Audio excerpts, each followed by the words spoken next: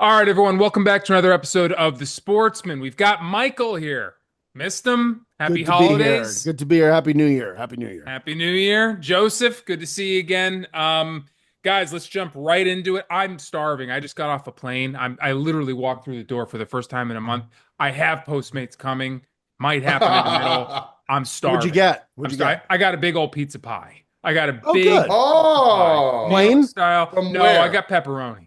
Good. From where? This place called Alora, Joe. I told you about it months ago. Alora. It's a slept-on spot. It's very, Well, I very hope good. the pizza gets delivered while we're on the pod so I'd you like can to see show the pie. us. Yeah, I'd like to get a look I'd at like it. to Very see what nice pie. Alora's working with. Like to cast my glims on that pie. It comes piping hot every time too. That's my favorite part of it. Even though it's delivered, it's pipe. It must be close by. I don't know. But anyway, let's jump right into the college football playoff. We missed Mikey dearly last week for that topic. He's our Oh man, we in-house got college football roasted. expert. We got roasted. Michael is the expert, and we're just a couple numbskulls trying to say something about it. But let's jump right into that Rose Bowl. Let's go to Ohio State, Oh, Oregon. Ohio State obviously took care of business fairly easily, winning 41-21. Mikey, why don't you kick us off there? Just talking about the Rose Bowl, not looking forward to the Cotton Bowl yet. I mean, look, Ohio State, my concern going into the Rose Bowl was, were they going to be able to duplicate the energy and the focus that they had in that first round game against the Tennessee Volunteers at home in Columbus? They came out very angry in that game, noticeably like with a chip on their shoulder. Different, they looked like a different team, a different attitude, like a no nonsense, we're going to line up and we're going to fucking punish you kind of a team. I mean, they came out of the gate, and it Jeremiah was Smith over. Jeremiah Smith. Jeremiah Smith. I don't know what else you could say about this guy. I've seen them all. Going back to Ted Ginn, Chris Carter, Chris Marvin Harrison Olave, Jr. Garrett Wilson, Marvin Harrison Jr., Jackson Smith and Jigba, David Boston, Harry, Scary, McLaurin. Terry McLaurin, who, he was good. Terry Glenn, another great Ohio State. Yeah. I have never seen a kid at this age as a true freshman physically able to do what he's able to do on the football field. And Chip Kelly, whatever he's doing, he's getting him involved early. Will Howard has looked like the Will Howard that was a coveted guy in the transfer portal that, looked lost against Michigan after he got hurt. I think he might have got concussed in that game and was playing with a concussion. Either way, he looks like a totally different guy the last 2 weeks playing Tennessee and Oregon. The defense Defense held is Oregon flying. to negative rushing yards. Negative rushing yards. They were swarming. Jack Sawyer, JT Tuimoloau, Caleb Downs, Denzel Burke, Cody Simon. These guys are swarming. This is the Ohio State team that before the season, I said to you, this was the highest I've been for an Ohio State team in a long time. If you rewind the Sportsman to last college football season, when it was Kyle McCord as the quarterback, I said to you guys, I think Ohio State's going to lose 4 games this year. I thought they overachieved in the McCord year. This year coming in, I said, this is a team built to win everything because they have a defense, the best defense that they've had in years. They have unlimited weapons. We're not even talking about Travion Henderson and Quinshon Judkins and Emeka Egbuka and Carnell Tate. We're not even talking about those guys. If they play this way again, they're going to be very hard to beat. It's a matter of, can they keep up this level of intensity? It seems impossible to do because they played back-to-back perfect football games I mean, the against game Oregon was and essentially against Tennessee. over by halftime. I mean, it was 34-0, right? Like 34-0. I don't care how good you are against a defense that's worth anything. Like, you're not going to come back against 34-0. Oregon made it a little interesting. They scored the touchdown 2-point conversion before halftime. They got the ball back to start the second half, scored a touchdown. Right then and there, they stopped Ohio State on Ohio State's first drive of the second half. They 3-and-outed them. But then what happened? Oregon gets the ball back with all that momentum, 2 unanswered touchdowns, and Ohio State 3-and-outs them with back-to-back sacks from, I think it was Cody Simon and from Jack Sawyer. And then Ohio State goes down and scores a touchdown with Trey Henderson. The game's over. Oregon looked like a team that hadn't played in a while. and a lot of the Oregon fans are talking about how that bye did them a disservice. And obviously the bye did a lot of teams a disservice. Every team with the bye lost. Was it every team? Every team, Mhm. Arizona State, Boise State, Georgia, and Oregon all lost. 0-4 the bye teams. But my thing is like Oregon fans who say, they had the longer layoff, they forget that they played a week later than Ohio State did in that Big Ten championship game against Penn State. So the actual time of layoff from first game to last game to first game was actually the same. It just, Oregon had been sitting around watching that first round of the playoffs. And they were just, They got hit in the mouth, man. they got punched in the mouth. Listen, I was confident going into that game if Ohio State could play the way they did, but I would be lying if I told you I expected that to happen. I never expected I that did to tell happen. you before the game, Mikey, it's very hard for a team to beat the same team twice, especially in like I a always short, say that.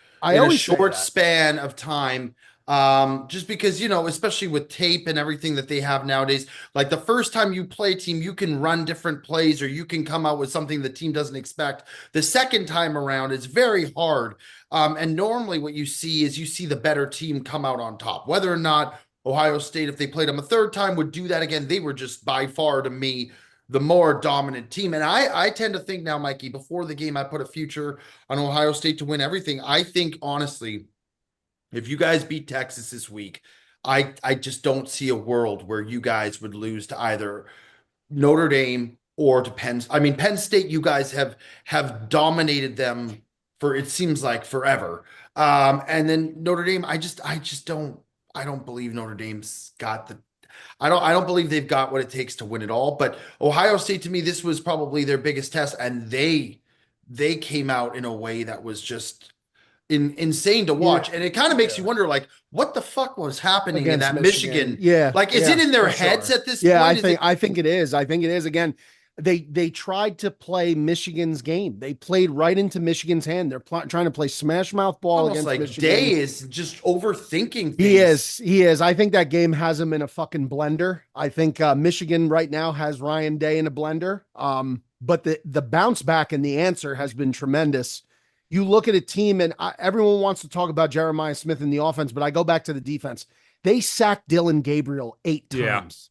Eight times they sacked him. If you watch the first game in Oregon, Ohio State had no problem putting up points against Oregon in the first game. They scored 30-something points in the first game. They could not. Dylan Gabriel ate that secondary for breakfast because they were getting no pressure on him. And I got to give Jim Knowles, defensive coordinator of Ohio State, he flipped the whole script after that Oregon game. He must have said, what the fuck am I doing? I'm bringing everybody into the box. I'm coming after the quarterback. If you could get rid of it and your front could hold up against our guys, so be it. But they got dogs, Lathan Ransom, Caleb Downs. I mean, they got headhunters out there. These guys are laying punishing blows on these other guys. And I mean, the Rose Bowl was, a massacre for lack of a better word. It was a massacre. Do you believe, or is it of your opinion, that Ryan Day has already saved himself, or does he need to go ahead here and win this Cotton Bowl? I think they said he's safe already. He's safe for sure? The AD has already taken his back already. They did that before the playoff even started. Ryan Day's not going anywhere. Because after that Michigan game, it was better win it all or he's gone. And that's what all the fans, that was definitely the viewpoint from the fans. I mean, right. I think all the fans were, but it's funny, right? Because we could say the same thing about Jim Harbaugh. Michigan fans were ready to. Dave Portnoy, who is the biggest Michigan homer there is on the face of the planet, tweeted they need to fire Harbaugh after he lost for the 5th time in a row or the 6th time in a row to Urban Meyer. After he lost that 5th or 6th game in a row to Urban Meyer, he tweeted out they need to fire Jim Harbaugh. They stood by him, and look what happened. He won 3 in a row or 2 in a row. Two in a row. Back. 3 though, because this was Sharon Moore's. Well, no, I guess because Sharon Moore was the interim last year, so I won't count that one. So it was 2, so and then he went. He beats them 2 in a row. Really, he was the head coach of the team when they won the national title. So whatever, he flips the script. He starts beating them, and he wins the national championship. Ryan Day's lost 4 in a row to Michigan. There's no question. Jim Harbaugh lost more than that in a row to Ohio State, and they stuck by him. And look what happened. Ryan Day, big time winner, doesn't lose a lot of games. But he's got to figure that one out. But that aside, That's totally got to be in the rear view. The only thing Ohio State should talk about that game is any type of motivation they need to pull to keep going and win this national championship, because they are on the precipice of doing it if they could come out and play the same way against the Longhorns that they did against the Vols and the Ducks. It'd be crazy if they win too. It'll be back-to-back years that a Big Ten team has won the national Big championship. Ten is shown out. For all postseason. For all the talk of the SEC. I mean, that would be pretty wild. And not to mention, Oregon was the number 1 ranked team in all of college football this year, and they're another Big Ten team. Listen, and how about Penn State's it's in very there? possible that it's going to be a Big Ten It could be an championship all Big game. Ten championship. Yeah, it could be. It has been an ugly postseason for the SEC. No matter how big of an SEC fan you are, if you're a fan of Texas the SEC, wins it. I mean, that's the only way. Texas, right? They're the one team left, but I mean, you got Alabama losing to Michigan. Alabama played, Jalen, not Jalen. Oh my God, Jalen Milroe. They play Jalen Milroe. They play the starters. They lose to Michigan. Michigan had a bunch of guys that opted out of that game. You got Georgia. Now, granted, people are going to say Georgia had the backup quarterback. Okay, but Georgia wasn't that great all year. Georgia fans were saying that Gunner was better than Beck at one point when he got hurt and he came in and beat Texas. So you got Georgia that gets knocked out. Tennessee gets embarrassed. The SEC had a terrible postseason save from Ole Miss, but what did Ole Miss? They beat up Duke. Okay, you beat up Duke. Okay. But the SEC, really, Missouri loses. Oklahoma loses. It was a bad postseason for the SEC. Their best team by the end of the year was South Carolina. They were the team playing the best football at the end of the regular season. They beat Clemson. No, they beat lost to Illinois. Oh, yeah, they did. Did they lose to Illinois? Oh, in their bowl game? They lost to Illinois. Navy they had a big win against Clemson. And Navy beat Oklahoma, and Iowa beat Missouri. Can I ask you something? Terrible postseason. Terrible. Tell me why, at this point, these bowl games, if you're not in the college football playoff, should be given any attention whatsoever. If you are a South Carolina playing in Illinois, of course the money, but if you're the players, if you're the coaches, gambling. No, I'm saying if you're the players and you're the coaches. To the players and the coaches, yeah. I think those like fringe day 2, day 3 draft guys who want to up their stock that are going to go play in the Senior Bowl. Right. I think they'd like to show out. I think the guys that play for the guys that go into the transfer portal and the starters that may opt out, like those guys who are trying to earn the job for the next year, have an opportunity to, show out in the bowl games. Who did that? I thought last year. Even Diego Pavia did it again this year. This year he played unbelievable. I mean, I don't know. I don't know if he's committed to going back to Vandy. I think he is. Yeah, he's staying at Vandy. But I'm saying for someone like that, if he wanted to leave, I mean, that's the stage where you're getting national title or national television airtime. Yep. You're getting a lot of views. He's already done that when he beat Alabama. But I'm saying a guy like that has a lot to gain in a big game. Well, that too. I mean, like, how many times are you like the spotlight game if you go to one of these schools that's not like a major blue blood program that you're in the spotlight? And but I feel it even from the fans that, like, how many people are really watching? Like, I used to watch all the bowl games. I mean, those stadiums are empty. But like, just rewind 4 or 5 years ago, I would watch every bowl game. I love them. I will say a lot of the bowl games, Pop, were really good this year. There were some. There were some really good games. There were. I'm not saying that the games themselves weren't good. I'm just saying the intrigue leading up to or leading into these games. I just feel like there used to be a lot more importance pressed upon these games, and that just doesn't exist anymore. That's at least been my perspective. Yeah, and I mean, that is why people wanted to talk about how expanding the field could hurt the value or the importance of regular season games and make them not as big of a deal. I disagree. I thought the college regular season was terrific. Thought there was a lot of parity, but now instead of having all these insignificant bowl games, you're bringing back the Cotton Bowl, the Rose Bowl.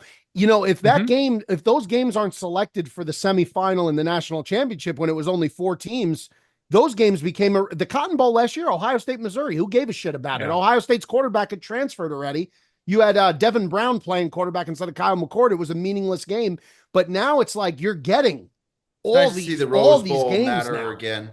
Yeah, the big ones. Rose Bowl was a big deal. Well, the Rose Bowl, the cotton, the orange, the sugar, all the ones that used Fiesta Bowl, historically the New Year's Six Bowl has always been, the Sugar Bowl. I mean, these were always the big games, but I think the expansion of the playoff field is excellent because it brings relevance back to those games, those bowl games left on the outside, looking into the 14 playoff as opposed to now being at 12. But all the smaller ones that, I mean, the Pop-Tarts Bowl, dog, Miami. That Pop-Tart coming out from the dead. It was entertaining. It was entertaining. What You about see the one that got burnt? It was up in the stands. Yeah, Yeah. or watching PJ Fleck from Minnesota get the bucket of mayonnaise dumped on his bald head for the That was a great Mayo game. Bowl. It's a great game. It's a great game. Vatek, Minnesota. Another Yeah. Big Ten postseason win. Big Ten showed out this postseason. They did a great Yeah, job. the bigger ones are obviously becoming more important than they had in the last few years. I don't imagine there's going to be a college football playoff moving forward that's not going to involve those, as you said, the No, New the Year's big Six. ones have all the rights Yeah, to it. but the Yeah. Sip Club Bowl, that's going to be enough. I mean, you're talking about bowl season started what, December like 18th. You're Yeah. watching wacky bowl games that are just Yeah, it's all about money. I mean, it's all of about course. money and the sponsorships, and everybody's going to gamble on bowl games. So Yep, of course. All right. Well, speaking of one of those bowl games, let's go to the Sugar Bowl. Let's talk Notre Dame, Georgia. Georgia just non-existent in that game. Notre Dame moving on to play Penn State. Gentlemen, what do you think? What do you think of Notre Dame, and what do you think of Georgia? Notre Dame was kind of an easy pick here.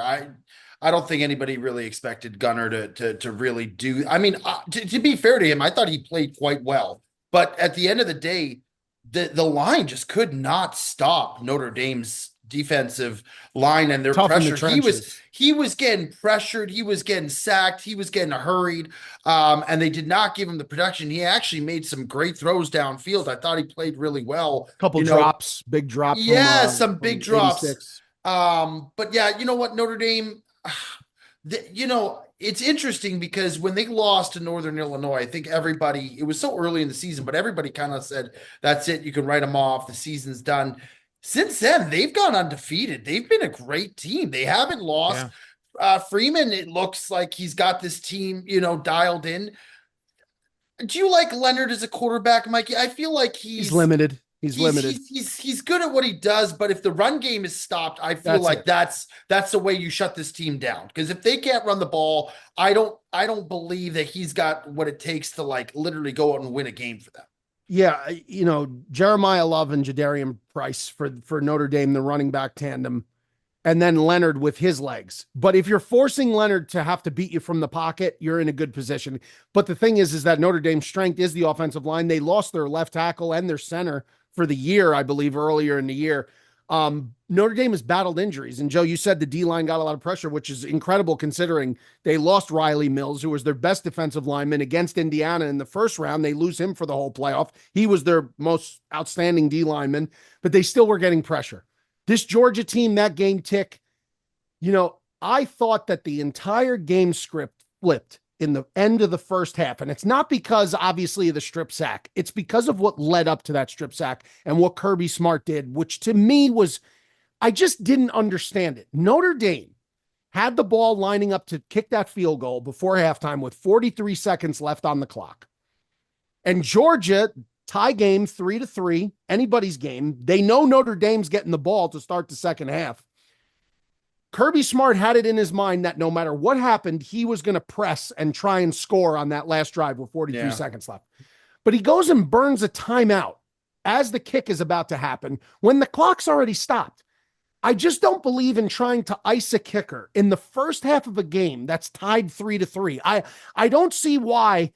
The timeout to me is more valuable to have if you're going to do what you tried to do on offense and try and lead them down the field on a scoring drive. I'd rather have that timeout in my back pocket. The 3 points, what are you telling me? That you really need to ice this guy that bad? You're not going to make he had points. He had a big game, that kicker, because he's been struggling immensely. He did, but is that 3 points in the first half going to be the difference of that football game? No, 6-3? But I think maybe he overthought and just this is a kicker who's been struggling. He might have. Maybe we can make him think about this kick longer. And, I don't know. Maybe that was that sequence. And then obviously when Gunner got blindside strip sacked, but that was the game. The thing was earlier in the first half, the same thing happened to him, but he held on to the ball. He got whacked from the blind side, didn't feel the pressure. Now, maybe he's not that experienced, right? He's only had 27 snaps or whatever it was up until that point, up until that start for Georgia, or maybe 70 something snaps, but only 27 as a starter. So how in the world, when he's not feeling the blindside pressure, you put him in that position again right before halftime? that and then compound it with the opening kickoff return for the touchdown in the second half. Yeah. That was the nail in the coffin. I mean, the way Notre Dame was playing defense, it was going to take a monumental effort at that point because Notre Dame's going to play keep away. Notre Dame could play keep away as good as anybody in the country. Back. They did make it interesting. They did. But yeah, that when they got that strip sack, they score a touchdown. I love how Freeman called going right to the end zone after they got the strip sack. You have to do that. Like you have to take your shot. You have to take your shot. Prior to that, like Georgia, it was like they were still hanging around. Yes. Like Notre Dame hadn't done enough to put them away. And then when those two big plays happened, that touchdown off the strip sack and then the kickoff return, you were like, okay, it's going to take a monumental effort now from Georgia to come back into this game. You felt like it was over at that point. What do you think about Parker Jones on the sideline with the referee running into him? That was not his What did you think about that? I want your take on that. I'm very interested to hear your take. He shouldn't be blamed the way he was. Oh, but that was a huge play. Well, why do you think so, Joe? Why do you think he shouldn't be blamed the way he should? Why? I mean, listen, they didn't listen. I don't think he's responsible. You shouldn't call this kid should not be held responsible for losing the game for Georgia. That's ridiculous. Was it a stupid play? Yes. He was excited. And by the way, this poor kid, you saw him afterwards. He couldn't be further back. Once the poor kid, man. Like he just I thought Kirby was going to send him into the stands. That's exactly. Could you imagine? He was like the Homer Simpson meme, just like going back into the bush. Yeah, that's actually perfect. Yeah. Could you imagine though at that point, like if you're like that guy's friends and you like how much you would bust his balls? Like, Mikey, imagine that's me on the sideline and you're watching. Well, a lot of people were then saying that, was he really in the referees like that white zone on the sideline that you really can't be in? They were like. They were saying that the referee was kind of running a little too close to the players. I think the referee got pissed got pissed that he got took down. He was furious, the ref. Oh, furious. He was looking so bad to throw that flag. And when he threw the flag, I'm like, what the fuck is this flag for? I had no idea what it was for at first. I'm like, it can't be for At first, I'm thinking, like, is this an illegal touching because it's by the sideline? Did somebody run out of bounds or block somebody out of bounds, come back in? I was like, I don't know what this could be. And then the replay, obviously, but I'm surprised. I wanted to hear. Now, Mikey, if you're on Notre Dame, like if you're a player for Notre Dame, are you like when you see that penalty and you see that take place in the replay, are you like got away with one there? Or you're like, yeah, he shouldn't have been there.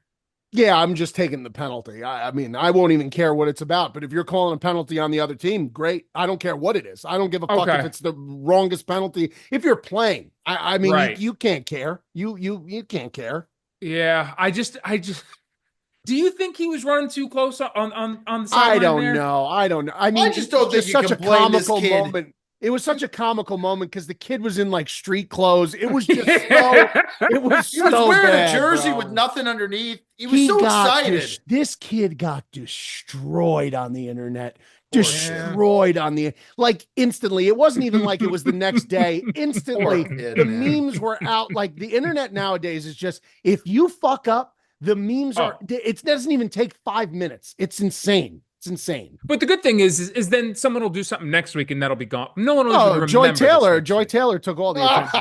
That's right. She's the queen of the internet right now. So I don't even totally know that peanut butter skin. Oh, the rack. Oh, the rack. She's a smoke show. She is. That's just. Tick's always loved her. I have. Bob and I have always. Bob's a big Joy Taylor fan. Me and him have really bonded over the years, but I don't know this. It's been a big bond. It's sort of the core of our friendship, to be honest. The cornerstone. Wait, I don't know that full story. What happened there? It was her and Acho. I don't know the full story either. She got named in this lawsuit that includes Skip Bayless, and Skip Bayless's like hair and makeup person alleges that he offered her $1.5 million to sleep with her, and then allegations. Skip Bayless did. Correct. Yeah, and then got it. And then Joy Taylor was looped into the lawsuit, saying like that. She had sex with Emmanuel Acho to like climb her way up the corporate ladder, and another guy who's like in a, I guess, an administrative position or something like that. I don't think he's a talent on air guy. And that basically all these allegations, like she slept with Shannon Sharp and she's like just basically alleging that she banged her way to the top. Tick. She banged right at the top. she wanted off that desk next to Colin Cowherd bad, man. She Oh, didn't Did want you to be see there that? any Did you longer. see that clip with Cowherd when he says to her right to her face, he says two titties instead of two cities? It's unbelievable. No, It's but you bet your ass I will unbelievable. see it. I Yeah, will it's see a it. tick. It's he's talking about like Los Angeles. He's like, these championship cities, Los Angeles, and I forget the other city names. He goes, these two titties. He goes, it excuse was me, Tampa these Bay. It was Tampa Bay. tick. It was as clear as crystal. It was so clear that he couldn't even skip over it. It was Uh-huh. so clear he had to like actually say, excuse me, two cities. He couldn't even like just, it was so bad. Like, you fuck up and you just keep going. He couldn't even do that. That's how bad it was. It was great. Like the Cardinals baseball guy, the commentator years ago. Remember him? Yeah. Oh, That yeah. was another one where he blew right by it. And then when they Yeah. came back from commercial, he was like, I want to apologize. Yeah. Yep. Yep. Yeah, this didn't take any commercial. He just and her face when he says it, bro, is wait till you see the clip. It's priceless. Okay. All right. Sounds good. Well, let's keep it moving here from Joy Taylor right to the Orange Bowl coming up next week, or just in a OP. couple days here. Let's talk Penn State, Notre Dame. At the end of the day, going back to the last game real quick, Notre Dame scored one offensive touchdown. That was all they did on offense, just kind of contributing to that Riley Leonard conversation. There is not a lot special to him. He's a decent college football quarterback, but he's a gamer, but he's about to run into Penn State, and it's a different Penn State team than we've gotten to know over the last few years. The team that always seems to get in their way in big moments. And a lot of that you have to attribute to they finally have, as we've spoken all year, a very, very talented quarterback in Drew Aller. A no-joke defense. Well, Does Notre Tyler Dame Warren, one of the best tight ends too in the league. Yep, absolutely. Does Notre Dame stand a chance against Penn State? How do you guys see this game going?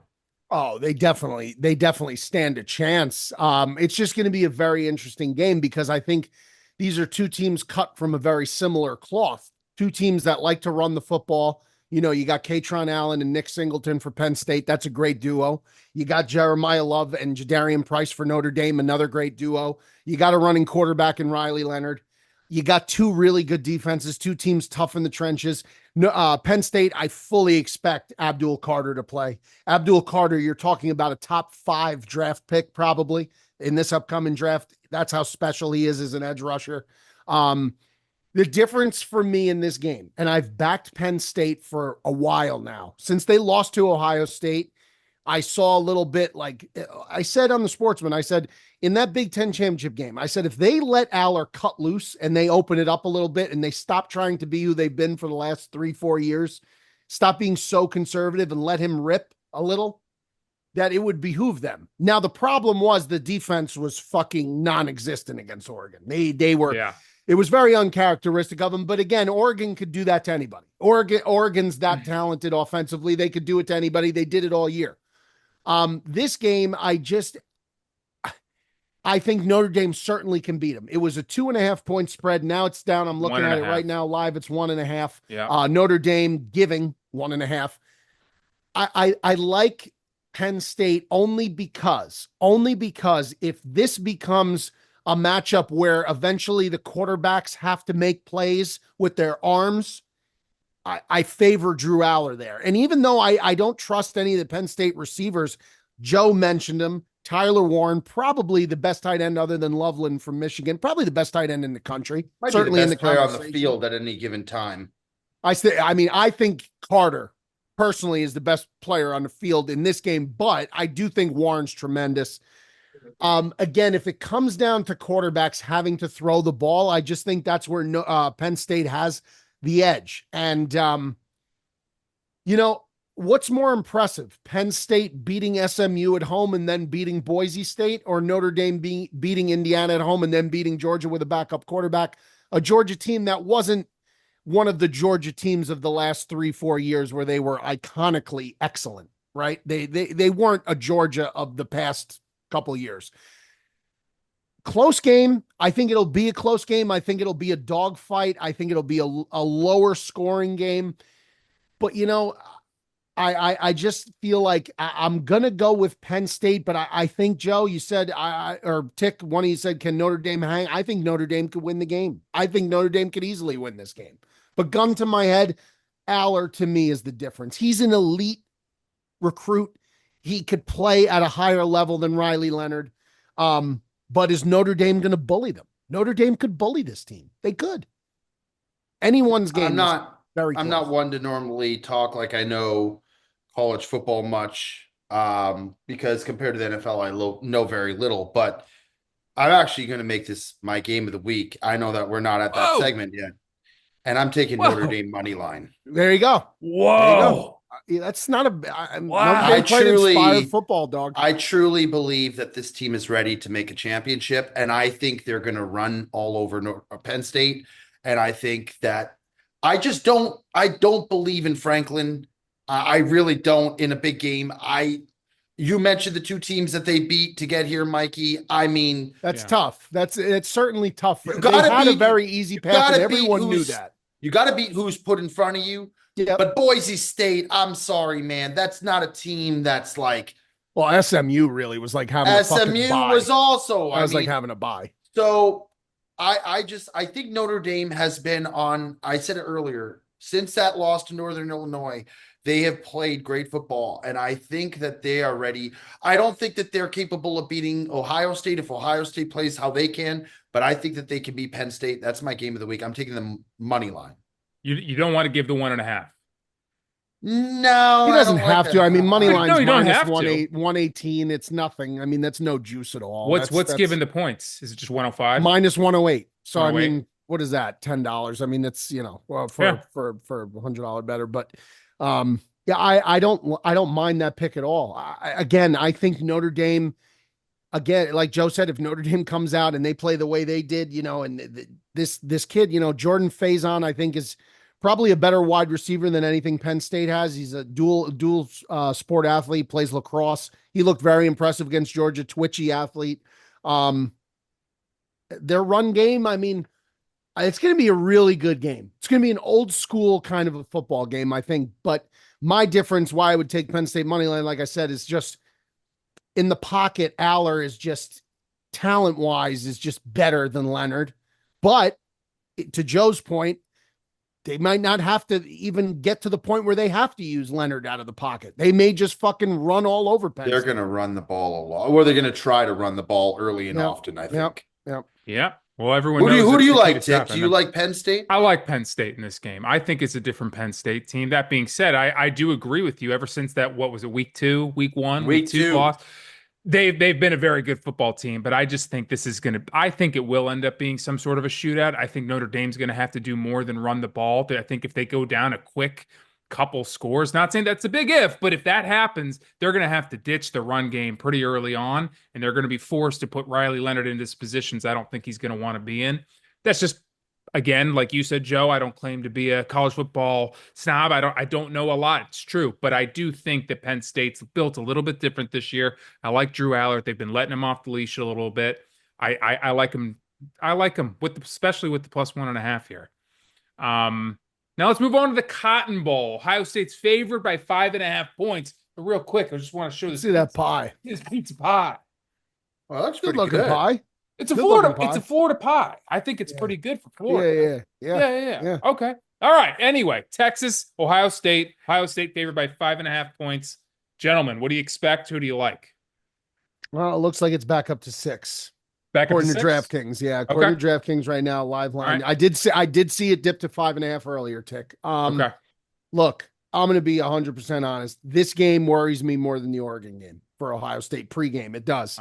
Wow. Texas matches up personnel-wise best with Ohio State compared to any of the teams left in the playoff. They have an elite secondary. Jahdae Barron, Thorpe award winner for Texas, best defensive back in the country. That's who that award's given to. They have Malik Muhammad, another extremely talented corner. They have the true freshman of the year who beat out Jeremiah Smith, believe it or not, as the true freshman of the year. That's Colin Simmons, the edge rusher for Texas. Ohio State should use that as a little bit of motivation. Caleb Downs and Jeremiah Smith should use that as motivation. Downs lost out as a finalist to the Thorpe Award to the Texas, and obviously Collins beat out Jeremiah Smith for true freshman of the year. This is going to come down to, is Texas going to be able to get pressure on Will Howard? If Texas pressures Will Howard, because Tennessee couldn't do it. Oregon couldn't do it. If they could get in Will Howard's face and get him off his mark and get him uncomfortable, Texas will have a really good shot to win this game. If Ohio State's front can hold up and block for Will Howard, Ohio State will win the game.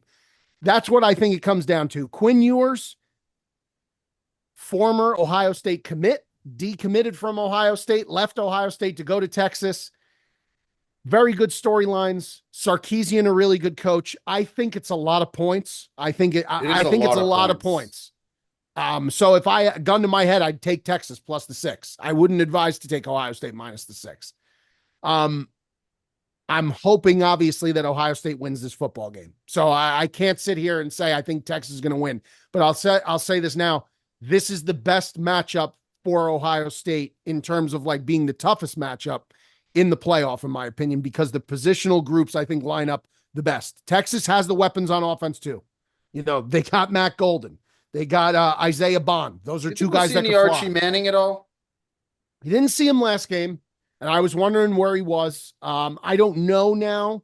I asked AJ McCarron about this, and he claims that he knows, and he's been effective. I mean, he knows for a fact, and this has been reported also, that there is an offer for Quinn Ewers to skip the draft and come back to college and transfer to this other team for $10 million. There's a $10 million offer to him to transfer out.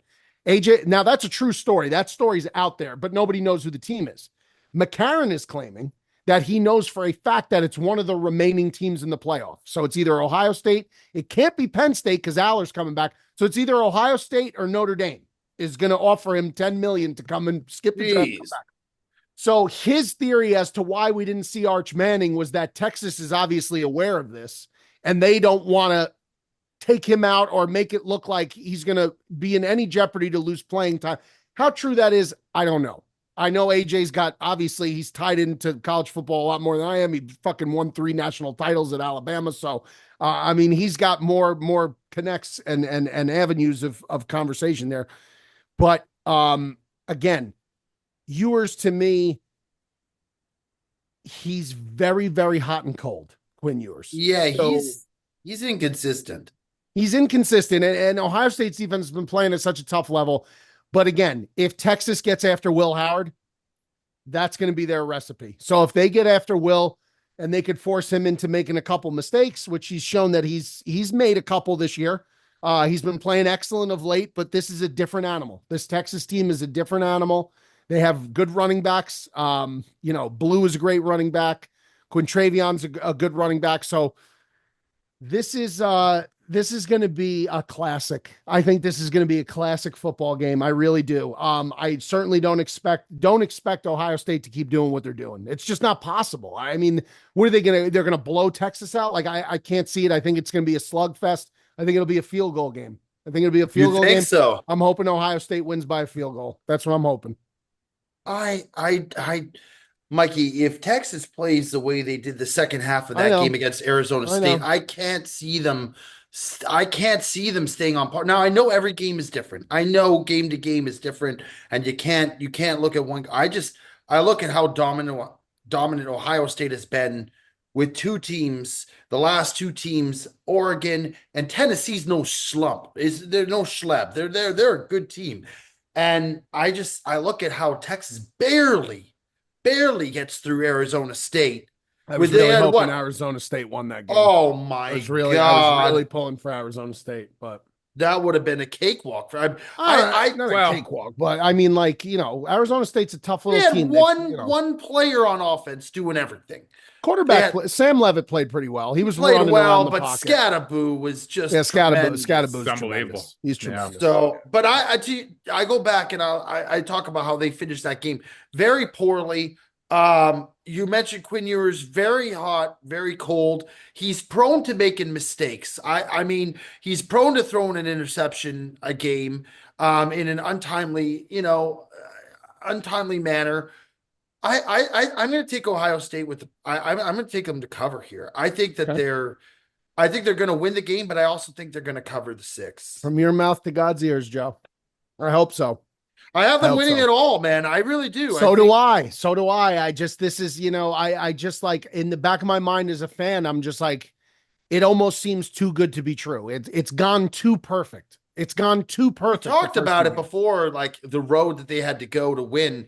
And you Dude, were the like, road is insane. It's Yeah. insane. you're like, if You they gotta- win the national title and go through all these teams, it'll be one of the greatest, it'll be one of the greatest runs ever. I mean, I would say it's the most difficult postseason run that's ever been completed. I mean, you talk about taking on a blue blood SEC program. You're talking about taking it on the only undefeated team, #1 seed. Now you're going to play fucking Texas, team that was in the SEC title game.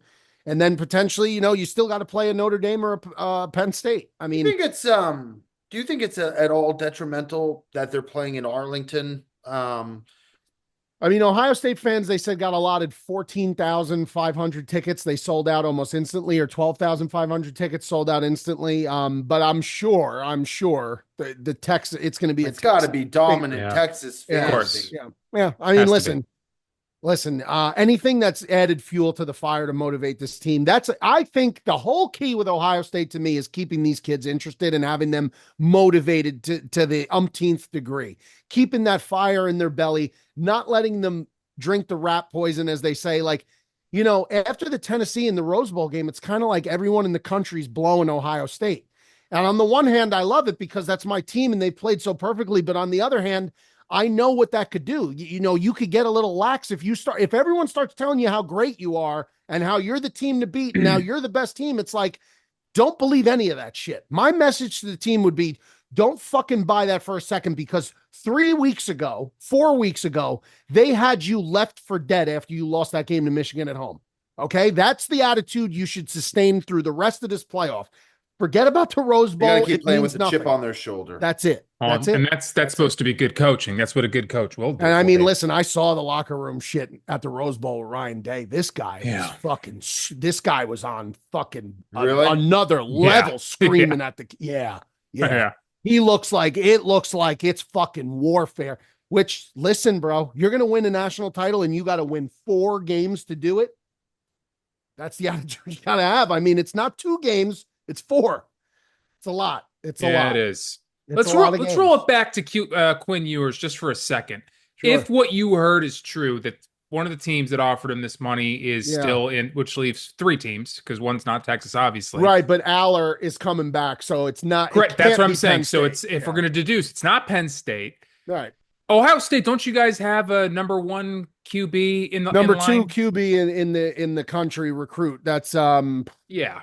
And kid from Ohio. His name escapes me right now. He's the number 2 recruit. I can't think of his name for whatever reason. But so you guys got that in the pipeline, and Notre Dame is the wealthiest school in the It'll country. be Notre Dame, dog. You'd think if what he's told you is accurate, that they're still in, that it would most likely be Notre Dame. I mean, that's where my head's at with that. I mean, yeah, I would find it hard to $10 believe that. million. Tevian St. Clair is the kid for Ohio State. But Notre Dame, to me, I mean, listen, when McCarron said that, my jaw dropped. I was like, what? I was like, because I had heard about the $10 million offer to him to stay in school, not opt out for the NFL draft from another year of eligibility. I had heard that part, the $10 million offer. But when he said it was one of the 4 teams remaining in the playoff, Right. obviously not Texas, right?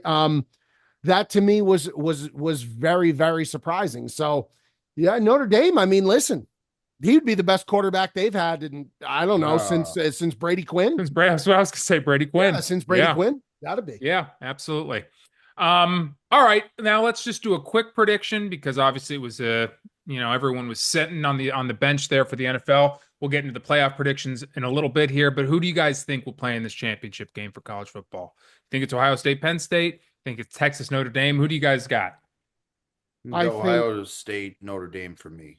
Yeah, I like that, Joe. I listen, I'm hoping it's Ohio State. And then honestly, the other game again is a coin flip game for me, but gun to my head, Tick, I've been riding Penn State. Now I feel bad to just hop off. So I'll say it's going to be an all Big Ten national title game, Ohio State, Penn State. But the way Notre Dame's playing wouldn't surprise me. Think about the TV and the ratings. If Notre Dame's in there, yeah, of course. Oh my God. Be creaming themselves. Ohio dude. State, Notre Dame would, for the national championship, it would probably be the highest rated national championship in history.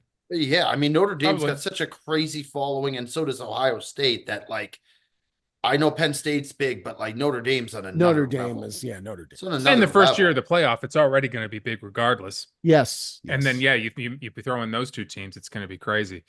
I'd love to see Penn State in there. Yeah, I'd love to see Penn Nick's a State. big Penn State. I I'd know he love is. to I see know him he get is. I in know there, he is. play Ohio State, get another crack at you guys. Because I thought they could have won that game, or what was that, week 5, week They 6? coulda. I mean, after the Will Howard pick 6, I mean, the issue was they just couldn't score. They just couldn't Yeah. score. And to Joe's theory, it's hard to beat a team twice. I'd is. love to see Penn State get another crack at it.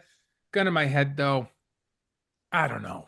I don't know. I'm going to say Penn State, Ohio State. I'm going to go there. No All one right. seems to be. I haven't come across anyone who's picking Texas to win that game. Yeah, that's why. That's I've- why I'm. That's very, not- That's why you're worried. That's why I'm very concerned. I'm very. Hopefully, not all the money's on Ohio State because that's. Well, I mean, the betting public, I mean, they're seeing what everybody else is seeing. They're seeing a team that blew out 2 teams against a team that struggled. They didn't struggle with Clemson, but they certainly allowed Clemson to play a little bit. And then they really, by the skin of their teeth, escaped against Arizona State. So I would imagine all the public. After that overtime first drive, and then it was 4th down, fourth and 8. 13. I thought 13. it was 13. 4th and 13. The fact they threw a bomb to the end zone was the fact that you go cover 0. All out blitz cover 0, and you don't even sniff getting to Quinn Ewers is a major problem. That's a major problem. Well, Mikey, I didn't run into anyone last week who picked against Notre Dame either. I didn't run into, and it seemed like everyone had the beat on Notre Dame. Yeah, I had Notre they came Dame through. money line first half as a subs pick last week. I like Notre Dame. I mean, listen, Notre Dame's good, man. and you know why I did the first half? Because I feel like Georgia is the worst first half team in football. They just never, ever, they fuck you every which way in the first half, starting with that Clemson game, the first game of the year, when they blew Clemson out, but they were only up 6-3 at halftime or whatever it was. Then the floodgates opened up. I can't back Georgia in the first half ever. So, but again, I didn't think Notre Dame pretty much kicked Georgia right in the teeth. Yeah, they did. All right, let's move on to NFL. Let's just briefly talk just a couple of games that meant something last week. Almost all of them meant nothing. But let's start with one game that caused some fireworks on social media this week. There he goes. Little Bears Packers. Bears finally getting one over them Packers. Did they rest a couple guys? Yeah, but who won the game? Those Chicago Bears in Lambeau. It happened. Yeah. Joey did. I had the Bears. There you go. Spread. There you go. Sure. You bet not on money, that not game? money line though, dog. No, not money line. I had a money line. I actually teased it up. I thought that the Bears were going to play for everything. I would have been, let me tell you something right now. I would have been really pissed off. Really, really pissed off if the Commanders had not won that game at the end, because that would have meant that we would have. The Packers would have losing that game would have lost an opportunity to play the Rams at home instead of having now going to play Philadelphia at home. But the fact that the Commanders came back and won that game, I'm like, okay, you know what? As a Packers fan, like the Bears, they deserve to have their moment in the sun. That's been forever. Wait, you'd rather play the Rams at home than play the Eagles?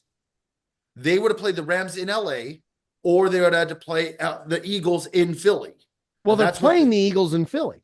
But if the Commanders lost, right, and the Packers won, we would have had the Rams in LA. If the Packers won also. So what I'm saying is, got it. I would have been a lot more. Yes, I got it. Because then, if you had won the game, you would have had the Rams at home. Yeah. So at the end of the day, it was like, okay, we had to play the Eagles no matter what. Yeah, it's a tough draw. Let the Bears have their moment. Yeah, I mean, can we just get one? I mean, we haven't won one since 2018. We haven't won in Lambeau in 10 years. That being said, when DJ Moore fumbled that ball, and then the Packers scored a 55-yard field goal, I thought the game was over. Well, Joe, you and me both. I did send you that thing, Mikey, which made me shocked. The clock management from the Packers was horrific on that last drive. They're going bad. Hurry up offense when they could have killed the clock. The Bears only had one timeout left, and then the Packers called a timeout before the kick. So, like, they could have made the Bears use their timeout. Instead, the Packers call a timeout, which preserves a timeout for the Bears. The game was the horse collar tackle really was bad. The horse collar tackle, I thought, was like the biggest deal because the Bears were kind of backed up a little bit. Then you horse collar tackle. That puts you in a position where all you got to do is really make 2 throws. And then also, too, his knee was so down to being down on that sack that they called incomplete pass. That would have bumped them back another 10 yards on that last play before they got the first down. But hey, you know what? The Bears showed a lot of heart. They played the Packers the first time we played. They should have probably beat us as well. So they played us very tough. They deserve the win. But again, the fact that it didn't change the result of who we had to play, that to me was I could walk away not being pissed off. But the fact now that we got to go into Philadelphia and play this Eagles team. Now, I don't know where Hurts is. I don't know what his deal is going to be. He's fine. Don't worry about it. He's fine. He hasn't played in 3 weeks. He hasn't played in 3 weeks, but healthy as a horse. To me, I'm going into this next week. Now the Packers have lost back-to-back games. They have not looked very good. Christian Watson to me looks like he's. I don't know what the update is. Tore his ACL, dog. Is it torn? I saw him torn. He could miss. He could miss part of next year. Hey, you got to stop worrying about Jalen Hurts and worry a little bit more about your guys, huh? Worry about how their ACL. Jordan Love is fine. And by the way, Christian Watson's hurt so much, it's like he doesn't even. That is true. He's not even part of the team. Like when he's out there, it's like, oh my God, Christian Watson's playing. He's always banged up, dog. But I'm going into this week like it's a loss, man. That's a wrap. We lost to the Vikings. See, I don't like that. I do not like that. Come on, dog. I'm telling you as a fan. And then if the Packers win, I'm going to catch a little smirk from Joey D. No, I'll be honest. Like I'm not that sort of winner. Like I don't go like crazy. Like, oh my God, Tick. I'm pretty gracious. Well, that's because your team fucking wins all the time, Joe. Well, the Eagles. Also, my character's not like I'm not like an asshole. Like some people when they win. You're a total. No, you can totally be a dick. The Eagles Packers played week 1 in Brazil. We were watching together, and you were a maniac. You couldn't give me the win. We didn't do anything to win the game. It was the field. They're slipping and sliding all over the place. I was pissed that I thought we lost Jordan. You give no credit to the other team. It's all about how you got fucked by the refs and fucked by the field. Well, and you know what? I don't appreciate that. And if we beat your ass come this next weekend, I want to see you give it up. No refs, I just said I think we're going to lose the game, Tick. Okay. I know, but I don't like that because deep in your heart, you really do think you're going to win that game, and you're just trying to make it seem I don't think so. I don't think he could think that, and I'm not even trying to be a cocksucker. I'm not. The Packers to me right now, it's 4.5.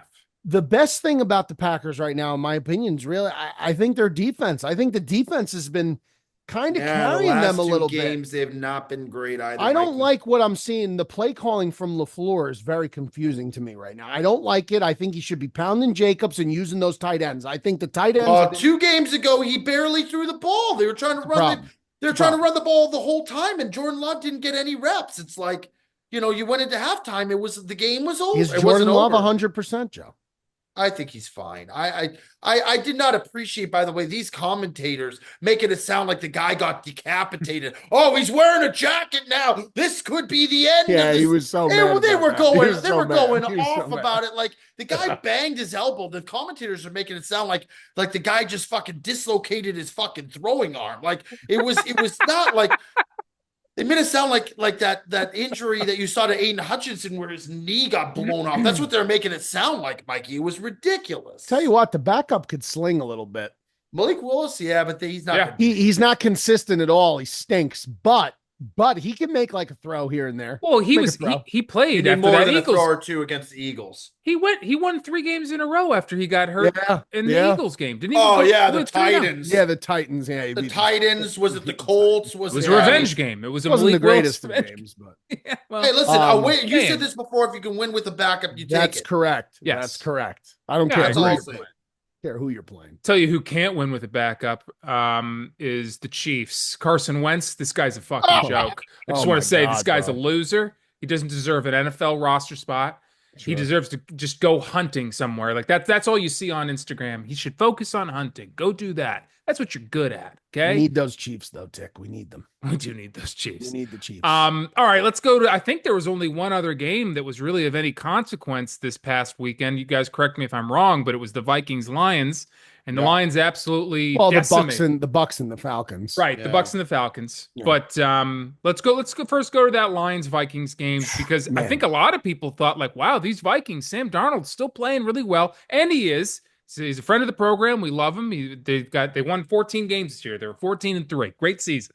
We'll see what they can do in the playoffs, but they played the Lions on Monday night, I believe it was. Exposed. And Yeah. they were exposed. They played in Detroit and they lost 31-9. They What got you guys see there? manhandled. Everybody's talking about, the Lions defense. This defense looked unbelievable. It makes you wonder too. Aiden Hutchinson, as he said, if it goes to the Super Bowl, he's saying that he could play. I don't know. I saw him post a video of him running underwater, which was wild. It just makes you think, imagine if they had Aiden Hutchinson in there right now, how good this defense would be.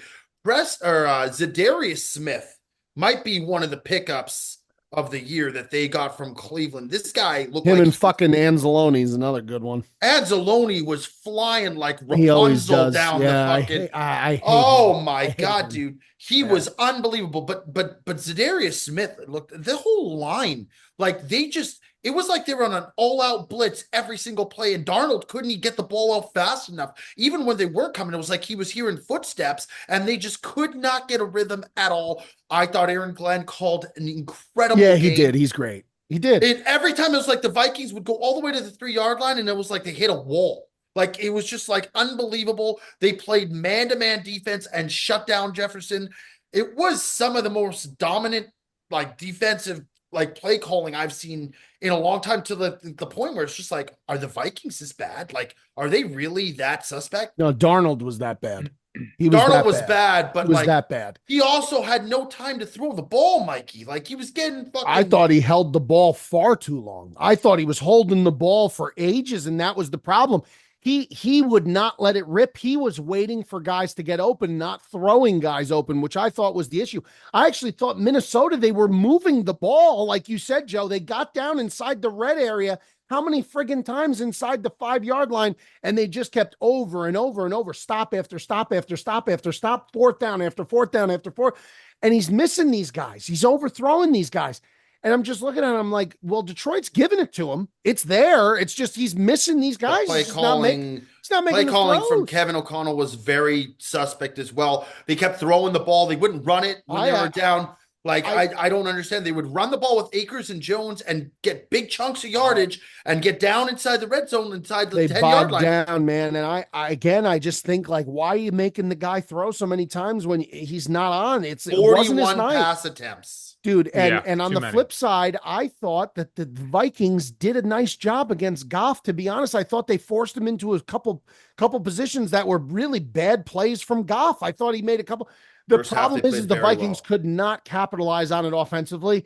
And the thing with the Vikings is the Lions is this, and this is the constant that will be with the Lions that will carry them through the playoffs should they make a run to the Super Bowl. That offensive line, by the time the third and fourth quarter roll around, they are just punishing you. And Jahmyr Gibbs is so Yes. fucking incredible. And now they're talking Montgomery's going to be back for the divisional round. They said that today. They're going to get God. Demont back. So now they're going to get the fucking Sonic and Knuckles combination again, whatever you want to call it. But this Jahmyr Gibbs, man, he is greased lightning. When they give, and the line is the best offensive line in football. They have arguably the best play caller in football with Ben Johnson, who's everybody's darling. Everybody wants him to be their head coach, including my team.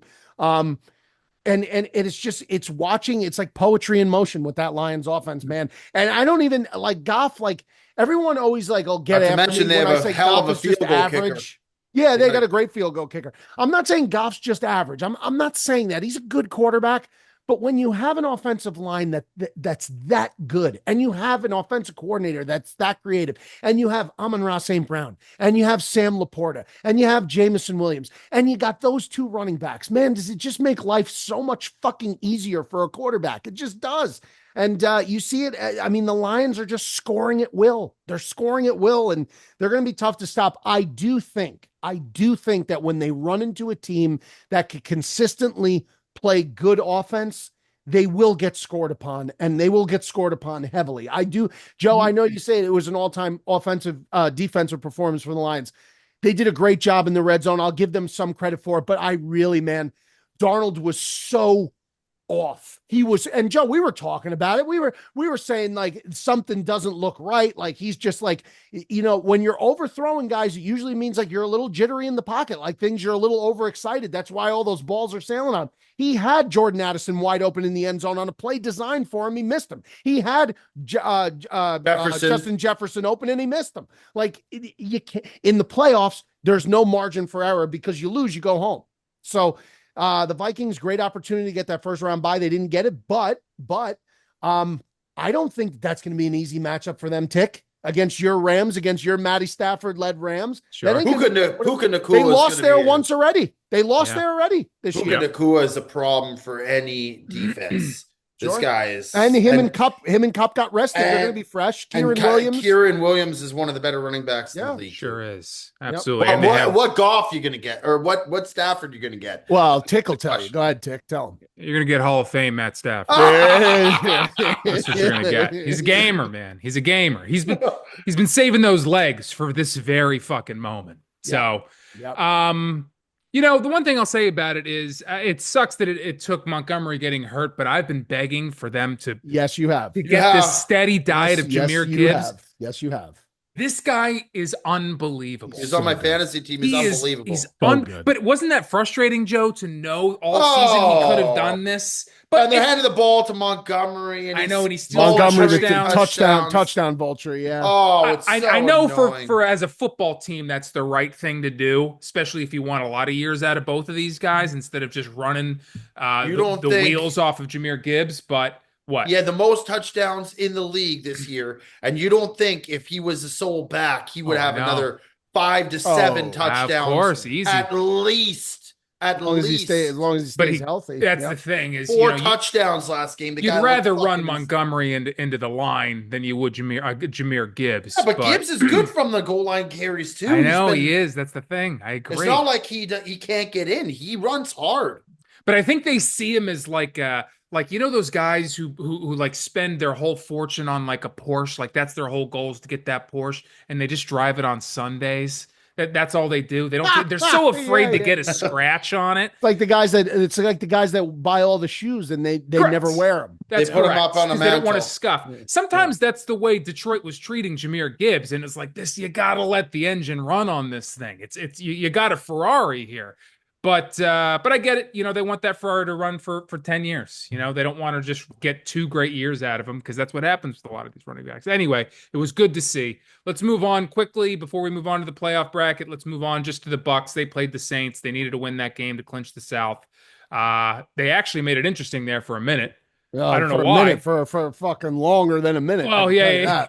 Until the fourth quarter, basically. Fucking put him in a teaser, getting 10 points the other way. They fucking let you wait until 2 minutes left in the fourth to cover 14.5 point favorite. Yeah. Would the Falcons... Listen. Yeah, go for it. Yeah, go ahead. No. Falcons what? If the Falcons had won their game... And the Bucs lost. They would have won. They would have won the division. Because of head-to-head? Is that why? I don't know. Because they would have the same record. Then it had to be. The Bucs did not make that easy on themselves. No. They didn't. The Bucs were fucking around with the goddamn Mike Evans incentive, which good for them. But it was so on the obvious. last play of the game. Yeah, they did. And I mean, great for Mike Evans. Happy for him. $3 million bucks. I don't know what the fuck you're letting Spencer Rattler hang around in your building. Like when you're playing for a divisional title, I understand it's a divisional game and those games are always different no matter what. But I mean, it's Spencer Rattler in your building. Like, go out and fucking. They've been The dominating. Mike Evans thing should have been the last thing they thought about. They should have driven the score up to 3 touchdowns and just thrown the ball to him every time. Yeah, yeah. The biggest I thing with the agree. Mike Evans thing is there's a couple things leading into it because we've all seen plenty of years where teams intentionally fuck guys at the end of the year. They'll like bench guys when they need their bonus and they'll like, let's let them not get that. That wasn't this. You No, it know, was the they opposite. needed to win this The fucking opposite. game. Yeah. And also, it was happening to a guy like Mike Evans as if this guy hasn't already made $150 million. Yeah. I mean, who doesn't want an extra 3, of course? But you got to try to win this football game and get into the playoffs first before you take care of this guy. So Pop, there was if a you lot had wrong one about game, that. if you had one game for $3 million, Pop, you would have been calling for that ball every single play. Yeah, but you got to Yeah, a imagine. little different situation though. Probably, Tick's not sitting on 100 But I'm million. not sitting on 150 already. Yeah, yeah. If at I that mean, point, maybe he is, Joe. I Not don't at this know. point I of don't his know. life, he is. Yeah, yeah. Not Sure. 'cause- Not yet. sure, I can't wait for that day. That's going to be a great day when that comes. But No yeah, more, anyway, no more DoorDash and the pizzas, Tick. You're gonna own the pizza. I'm going to own the pizza. You'll have a chef baking a pie. You know and who's going to Yeah, be making yeah. me those pizzas? Who is that? Chef Boyardee down here. D-man. It's going to be an in-house pizza chef. That'd be great. But yeah, the Bucs end up winning that game. We're going to get more of Baker Mayfield. We're going to get more of them. I mean, do you think they're going to make any I noise in the mean, playoffs or No. nothing? No, probably Nothing. not. Okay. I mean, they're a home favorite against the Commanders, 3-point favorite. Commanders, I'm not going to pick against him because Jaden Daniels. I mean, he's been unbelievable. I think I don't know if we're talking about that game, Tick, but I think the Commanders can certainly go out and win that game. I think they could win that game. Well, let's full on get into it. Let's get into the playoffs. Let's start with that game. Bucks and Commanders. They're playing in Washington, D.C. Bucks No, in Tampa. in Tampa, sorry. And the Bucks are favored by 3 points. Yeah. I don't trust Baker Mayfield. I never will. I understand that he's been terrific. I understand he's won the division 2 years running now on a prove-it deal from 2 years ago. All well and good. This year, he was lighting the world on fire. 5 touchdowns a game, 4 touchdowns a game, 330 yards a game, whatever. I don't trust him in the biggest moments. I just don't. That being said, this is a rookie quarterback. Say what you will about Jaden Daniels. He's been fucking phenomenal. They've been the story of the season, the Washington Commanders. Dan Quinn, Cliff Kingsbury, Scary Terry, Jaden Daniels. But it still is a rookie quarterback on the road in his first ever NFL playoff start. It's a tough spot to just come right out and say that give me Washington with the points. The spread is 3. Give me the Buccaneers buying a hook to make that a 2.5, and I'll take Tampa. And if Baker blows it, you just got to live with it and say, fucking this guy again. That's what I would say. I'm putting it on Baker's shoulders. I'm saying it right now. Baker, you win the division. You want to prove that you really are this franchise quarterback. Go out and win a playoff game. This is a good spot for them. Rookie quarterback at home, you're getting them. Go and beat them. I would do the opposite. I would buy a Okay, hook on the there you go. Commanders. Make it And get 3.5. And get it plus 3.5. Oh, but I then do think we're this- kind of on the same page then. I think it's Joe. We gonna kind come of down think to then a Tampa's field going to goal beat them game. by a field goal, right? And you don't want to push. Yeah, no, I wouldn't Right. want to push. So Right, I right. would now the hook that you're gonna have to pay for the Commanders plus 3.5, or even the hook that it's gonna be a pretty pricey hook because that's gonna be a big difference. But Let me see what it is. Let me see. I it'll can tell you. probably be like minus 147. It'll be I don't think it'll be that bad. It is no, Joe, not at all. If you want Washington plus 3.5, minus 127. Oh, I like if that. you want, I like that a I'll lot. take that all If day like you that a long. lot. if you want Tampa minus 2.5, it's going to cost you minus 140. That's what I was thinking. Yeah, Right. Right. But I Commanders just the other think- way is not bad. I don't mind the Commanders team, dude. Jaden Daniels. Here's the thing, like, yeah, everybody's like he's a rookie, blah blah blah. Sometimes when you're fresh out of this, you have no expectations. You're just going in there, open-minded, True. just True. it's not like you have pressure because nobody expects you to be Very great. true. Very So true. I honestly think this guy's defied everybody's expectations all year long. What's one more game against a Baker Mayfield led Viking or Buccaneers team that barely beat the fucking Saints last week? Barely. Yeah. So I do think it's going to be a close game. I don't think either team's going to blow each other out one way or another. but I would buy the hook and go plus 3.5 on the Commanders. Especially if it's minus 120. I mean, that's Yeah. Yeah. I'm going to do the same thing as Joe. I'm going to take the Commanders plus 3.5, buy that hook up there. I didn't love the way the Commanders, ever since they won that game against the Bears with Hail Mary. the Hail Mary. I just didn't feel like we were seeing the same Jaden Daniels. I didn't love it. They didn't beat a lot of quality teams at the end of the year. The what he best did win was against against the Philly. Eagles. Yeah, yes, that was wild. that was but the then game. but then the next week he followed it up with the Atlanta game. That was fucking incredible too. He was great. He was great, but it was He's Atlanta good, at the man. end of the day, though. I'm not saying he's not great. I'm just saying that I didn't love the way they finished the season. I think they're still a working project. I think they still got more time. And the thing about the Bucks, I feel like we've seen more vintage Oklahoma Baker this year than we have They did beat the Lions. any other time in his career so far. He had games where he looked the most resembled to that old Oklahoma quarterback with all that spunk, all that running around, all that fun football we used to love to see from him, the gunslinger. I feel like I feel like we got the closest version of that guy that we ever have this season. Ah, but he's still Baker Mayfield. He is still But Baker he's still Mayfield. Baker dog. Mayfield. Give me the Commanders plus the 3.5. The Bucks could See, and I'm win the by a only field one goal. taking. I'm the only one. You guys love Baker. I'm the only one taking the Well, he's a Bucks. friend of the pod. I understand that. I'm the only one taking him, and I don't want to, but I'm gonna because I think at some point it's either put up or shut up. Sure. This is put up or shut up for Baker Mayfield. It just is. You're at home. But- a but home what's- playoff But Mikey, game. if you really think in your heart of hearts that he's going to fold on you like that, then why wouldn't you just take the? Because I feel like this is it for him, Tick. I feel like this But is do it. you think, Mikey, if he Mike wins Evans ain't going to one- be around like this for a long time, dog. Chris Godwin, I like the guy, but he's hurt all the time. He's hurt again. I like, I don't know. I don't know. I don't know how many more, the NFL, the windows open and close very fast, unless you're like a Kansas City or a Baltimore, or, one of these teams with a legendary quarterback playing for you. I just think the windows open and close very, very quickly. I just think this is Baker's time. He's got to do it. It's put up or shut up right now. So if he just wins one game against the Commanders, that's going to like solidify his career. I think, well, he gets that monkey off his back though. He gets that playoff win. Yeah, then he's gonna have to play the winner of because it depends. Probably you'd have to play either the Eagles, Eagles the or the Eagles. Packers. Well, If the Packers win, they have to play the Lions. So he's either going to get the Vikings. Did he or did he not win a playoff game in Cleveland against Pittsburgh? Was that not a playoff game when he eventually lost to the Chiefs? That year they lost to the Chiefs when it was a good game. It was close. Did they not win was that not a postseason game against the Steelers? I got to look into Might have it. been a wild card game. Go ahead. Yeah. I'll find He's out. gonna play the highest seeded team. Yeah, So for sure. He's either gonna play if the Packers win, he would play the winner of the Vikings. He would play If the Packers win, he would play the Vikings or the Rams because the Packers would play the Lions. If the Eagles win, he's going to play probably either the Eagles or the Lions. I mean, so either way, I mean, he's 2-2 in the playoffs. He's 2-2. He beat the Steelers the one year, like I said. Was it a wild card game? And then he beat Tick's Eagles last year.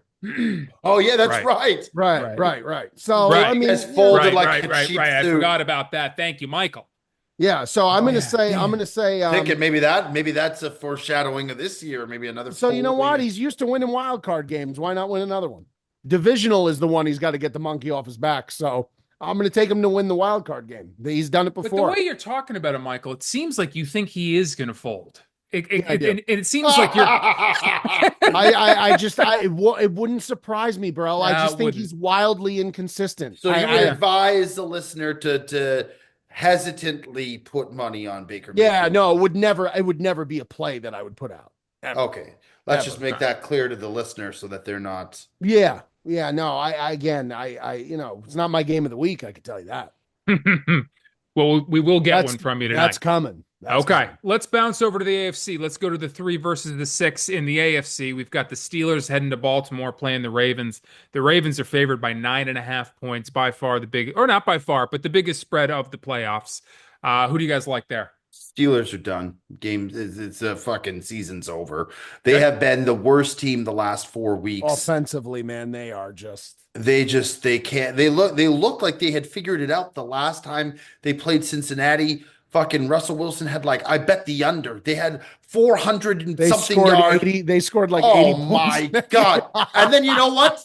I went ahead and took the over this last week and they couldn't score fucking points. Yeah, I had the under. Just this, yeah, it's just unbelievable. Russell Wilson, since that game though, when he looked unbelievable, he couldn't do a thing. Like they just look out of sorts. George Pickens is a nightmare right Yeah, he's now. nuts. I don't He's know just crazy. He's what just is crazy. going on with that. And if they don't get running game out of Najee Harris and Warren, they've got really nothing. The only play they had this last week was Fryermuth was the only guy doing anything.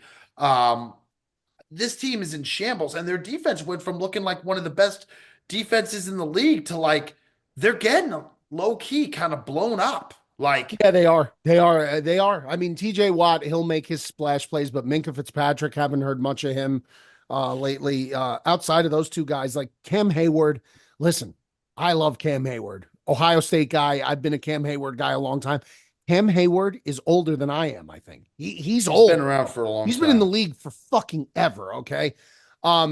Here's the thing with Baltimore. We know how Lamar gets in the playoffs, but this isn't the Chiefs. It's not the AFC title game yet. It's the wild card game. It's at home.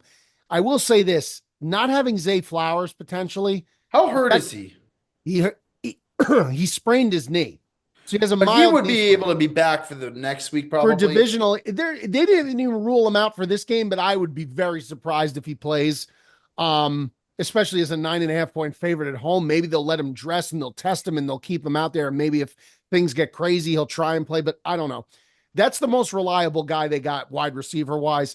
Bateman has taken a step forward this year. So maybe Bateman plays well, but without Zay Flowers, Isaiah Likely, Mark Andrews, that's going to be Lamar's bread and butter. And of course, obviously King Henry, they're going to try and pound him. 9.5 is a lot of wood. That's a lot of wood. That's But a Joe lot. sounds like he's going to take the Ravens. It don't matter because you think Steelers are dead. Well, You're gonna I just think the game is there. I don't think that you can confidently say that the Steelers are going to win this game. I know that they're division. no, I know that they're I'm just talking divisional about players, the but spread. I I'm would just still talking take about the spread. I would still take the spread with the Ravens. Yeah. Yeah, I just here's the thing, Mikey, is that if the Ravens get like a 10-point lead in this game, Yeah. the Steelers are going to be just so out of sorts trying to score points. I just don't see them. I don't see them putting up points, and I just Russell think loves to throw that moon ball. they're dog. gonna throw an interception or there's gonna be a turnover, and I think this thing could get ugly. I think Kyle Hamilton gets a pick because Russell loves that moon ball. And I Sure think Kyle does. Hamilton is so smart and he's one of the best players to watch in football right now. I think he's going to be sitting center field and he's going to fucking pick one off from Russell. 9.5 points. Again, not a spread that I would say, playoff football. It's dangerous, especially like I said, Zay Flowers not going to play for Baltimore. But if I had to pick a side, I'm going to pick Baltimore also. But the Steelers defense that everyone lauds so much, like Joe had said, they really have not been good. They've not been good. They allow a ton of passing yardage. They're okay against the run, but against the pass, they've been abysmal. They can't cover anybody. They've been really bad. I still think Lamar has a pretty good game through the air because I think they'll be able to, in the beginning, kind of stymie Derrick Henry. They'll load up against him, dare Lamar to beat him with his arm without Zay Flowers. And I think he's going to dink and dunk him to death with You need a Andrews and QB Likely. spy on this guy to make sure he doesn't run down the You field. got the guy to do it. You got Minka Fitzpatrick. Yeah. Fucking use the guy. Use him. The Steelers defense reminds me of the Eagles defense last year, where everyone was just talking about what a good defense they are. And when then Yeah, the secondary. you really looked Yeah. at the numbers and they just couldn't stop a They improved nosebleed. that secondary, Especially, though, Jake. they sure did. But a similar issue. It was they were decent against the run, but they couldn't stop anyone through the air. And the Pittsburgh has a very similar issue going on. I don't trust Russ at all. He is who we thought he was. Wow. He is who we thought he was. Give me the Ravens minus the 9.5. All right. So we're let's- all on the Ravens. Is that correct? That's an That's a earthquake. sports. The Whoa! triumvirate. It's the sports and triumph. All right, let's move back to the NFC. Let's go to that Eagles-Packers game. 2 versus 7. Packers heading to Philadelphia. Philadelphia's favored by 4.5 points. I don't love that. But who do you guys like there? Joe, let's start with you. Like the Eagles to win the game. Okay. And I like the Packers to potentially cover. So you Whoa. think it will be on the closer end here? You think it'll be They, within a touchdown I, for How sure? could he say then, Tick, before that he thinks? I know. That's what I'm getting at. I said I think the Eagles are going to win this game. But I close. But you don't. do think it's going to be close? I think it's going to be close because I think with the way the Packers lost to the Bears and the Packers lost to the Vikings the week before, they've lost 2 games in a row. Christian Watson's gone, Jordan Love banged up, whatever. I think you're going to see a ton of money on the Eagles, and I think the Packers will be close. I think that the game script will be close. I think the Eagles will win, but I would take the Packers. If it's 4.5, or is it Yes. Four and a 5? half. It's Yeah. 4.5. I'll take the Packers with the points, but I'll take the Eagles. You think the Packers are going to win this game? I You don't think do. so. Yes, you do. I don't. You just want to be able to come on here next week and be able to say, if the Packers won, you'd be like, I didn't even see it coming. What a treat. And then if they lose, you get to say, I knew this was going to happen. I'm know it. expecting I a know what's loss. going on in here. I was very pissed. I did not want to play Philadelphia No, of course. in Philly week 1. I think Saquon's gonna run through us like a fucking madman, dude. I really do. And here's the only thing is like I just don't know how good is Jalen Hurts. The guy hasn't played in 3 weeks. If you hit him and he gets banged up, and then Pickett comes in. I love Pickett, but all of a sudden now that whole dynamic of that game changes drastically. Then you can start to stack the box and prevent the run. I just don't know. Is Hurts going to be 100%? I don't know, but I do think the Eagles are the better team. I can't see as a Packers fan, as much as I love the Packers and I want them to win, I can't say that I expect to win this game. I do think Jalen Hurts is 100%. He's definitely 100%. But I do agree with you that he hasn't played in a number of games now, and Could that be some rust. he wasn't even that the whole games, the way we were running plays towards the end of the year, which is why it was working so well, was to limit what he was doing, was to really focus more on the run game. So it's not even like we're getting an all-star quarterback back yet. We're just getting a slight upgrade over Yeah, it's Kenny not like Pickett. Mahomes is Although coming in. the one thing I liked about Kenny Pickett was that he knew how to distribute the ball well. He could get the ball into Devonta Smith's hands as well as AJ Brown's hands. Jalen has this focusing thing where he finds one matchup that he likes, and he throws to the same guy over and over again, and he gets tunnel vision, which can Is be very Goddard frustrating. back, Pop, or is he? Yeah, still Goddard played out? last week. He played last week. Yeah, All right. he'll be back. But Calcaterra's been a great addition too. But Mike, I want to get your take before I chime in here fully.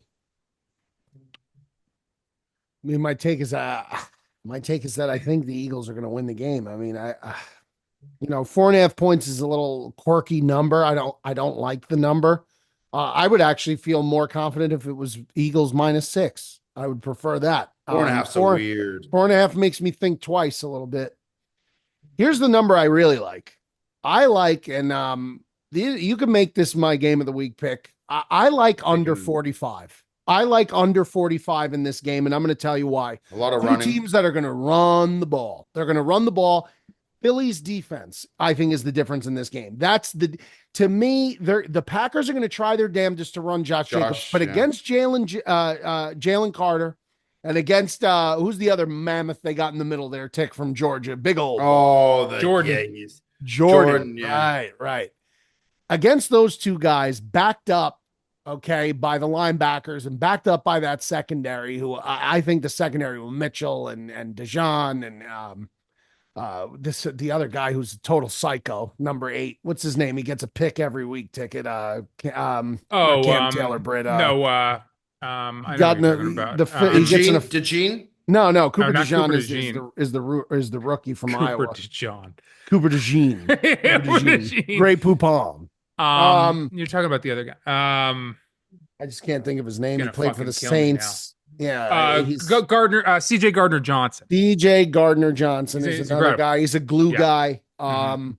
And again, I just think like the linebacker for Philly, who's that number 7 Tick? The linebacker For the linebacker for Philly? Yes.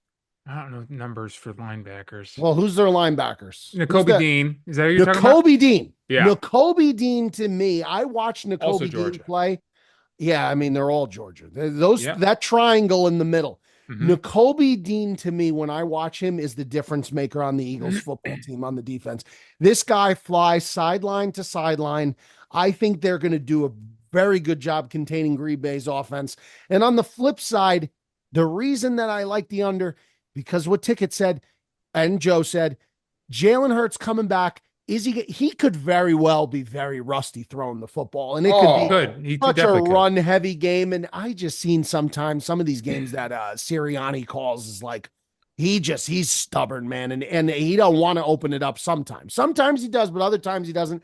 I think this is a game where again he kind of like gets Hurts acclimated back in slowly, running a lot Saquon. And on the flip side, again, I think the Packers are going to try to keep the Philly offense off the field. It's going to play out that way. I love the under here. That's my game of the week is under 45. Okay. If I had to pick against the spread, I'd pick the Eagles -4.5, but game of the week for me is under 45 here. I am wildly nervous. I think the Eagles are I don't want to say much, but I think they're I think they're a more talented football team than the Packers. I think they're a better team. They absolutely are. I think Nick Sirianni is going to this is a big moment for him. This is a huge moment for him. I could see us losing this football game just based on the way that he handles Jalen Hurts and the offense as a whole.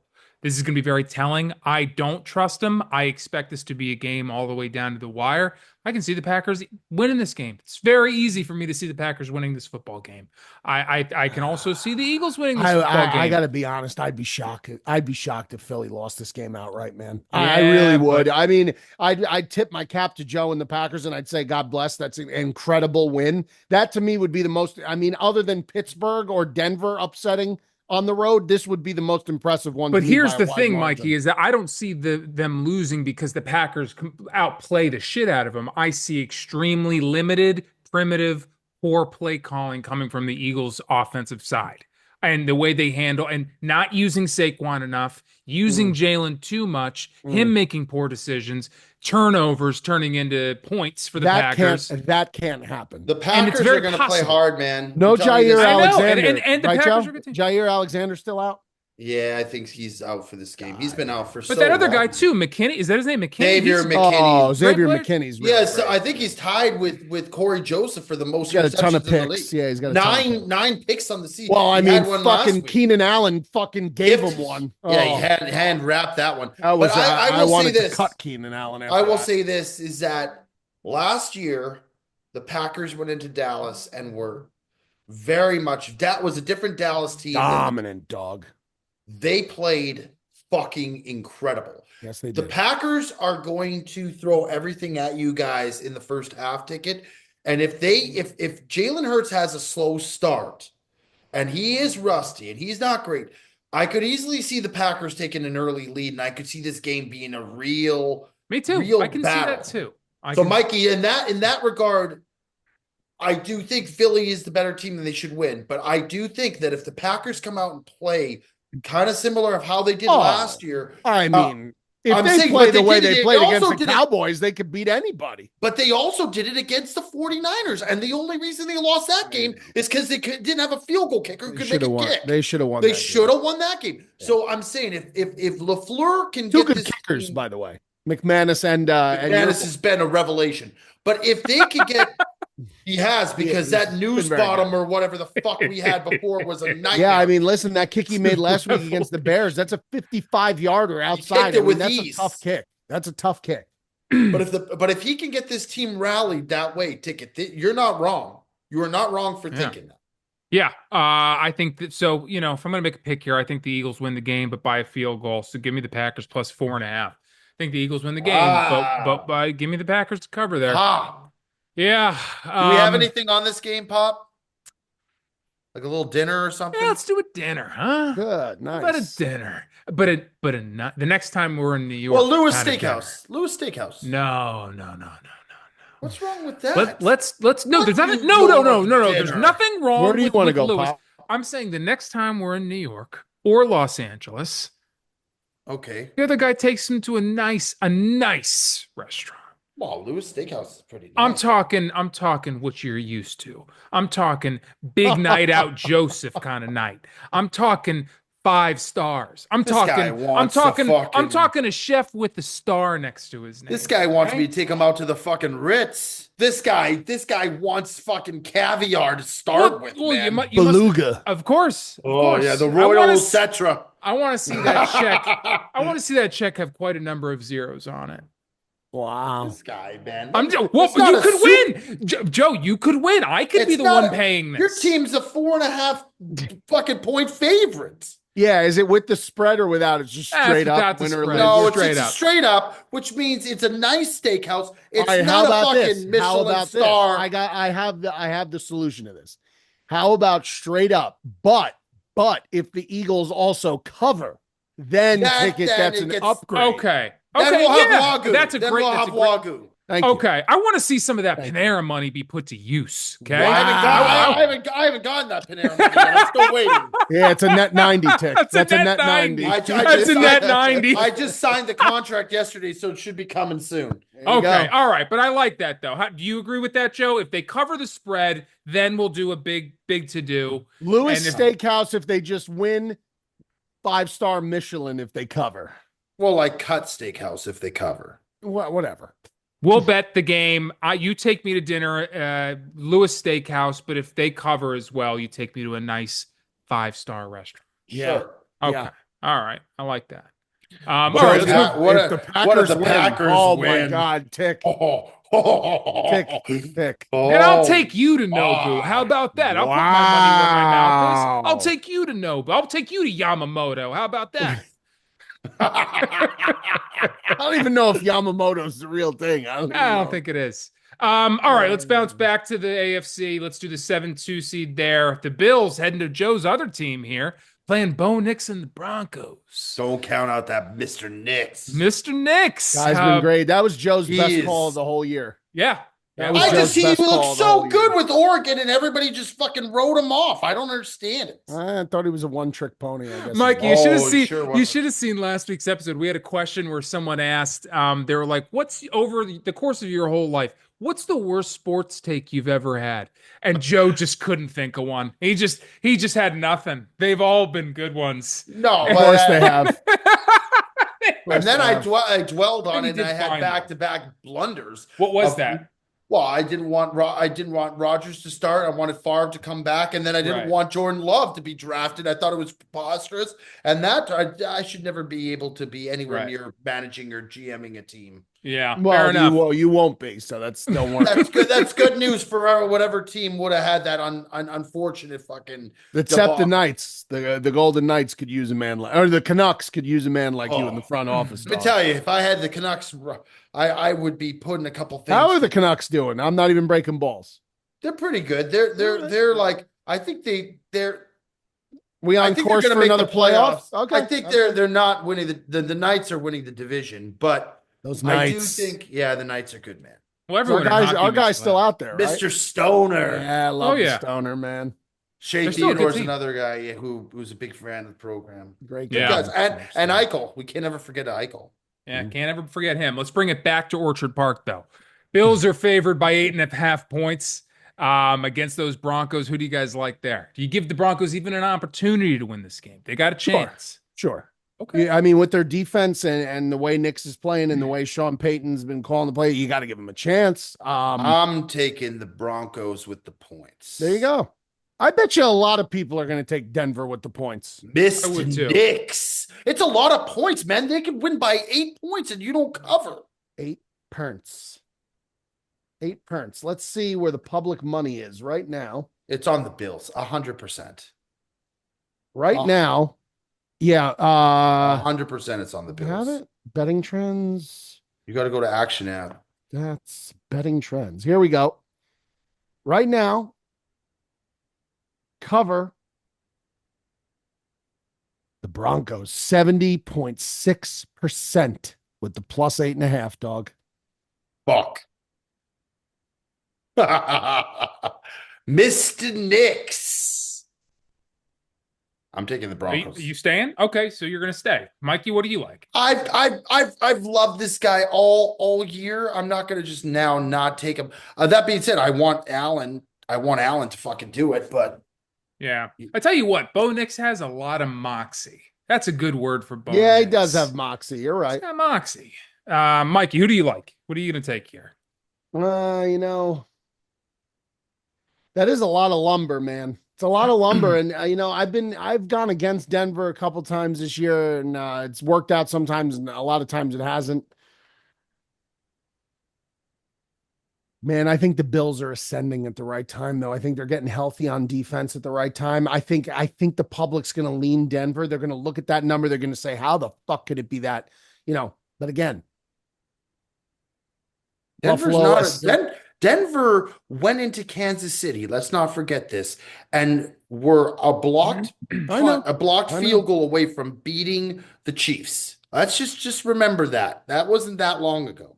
I think the Bills either cover this with ease or Denver may fucking win the game out, or it'll be so close Denver may win the game outright. That's the only two ways I could see it going. Denver by a little or the Bills by a lot. I don't think you're going to see a game where the Bills just win this game by a field goal. I don't think that's going to happen.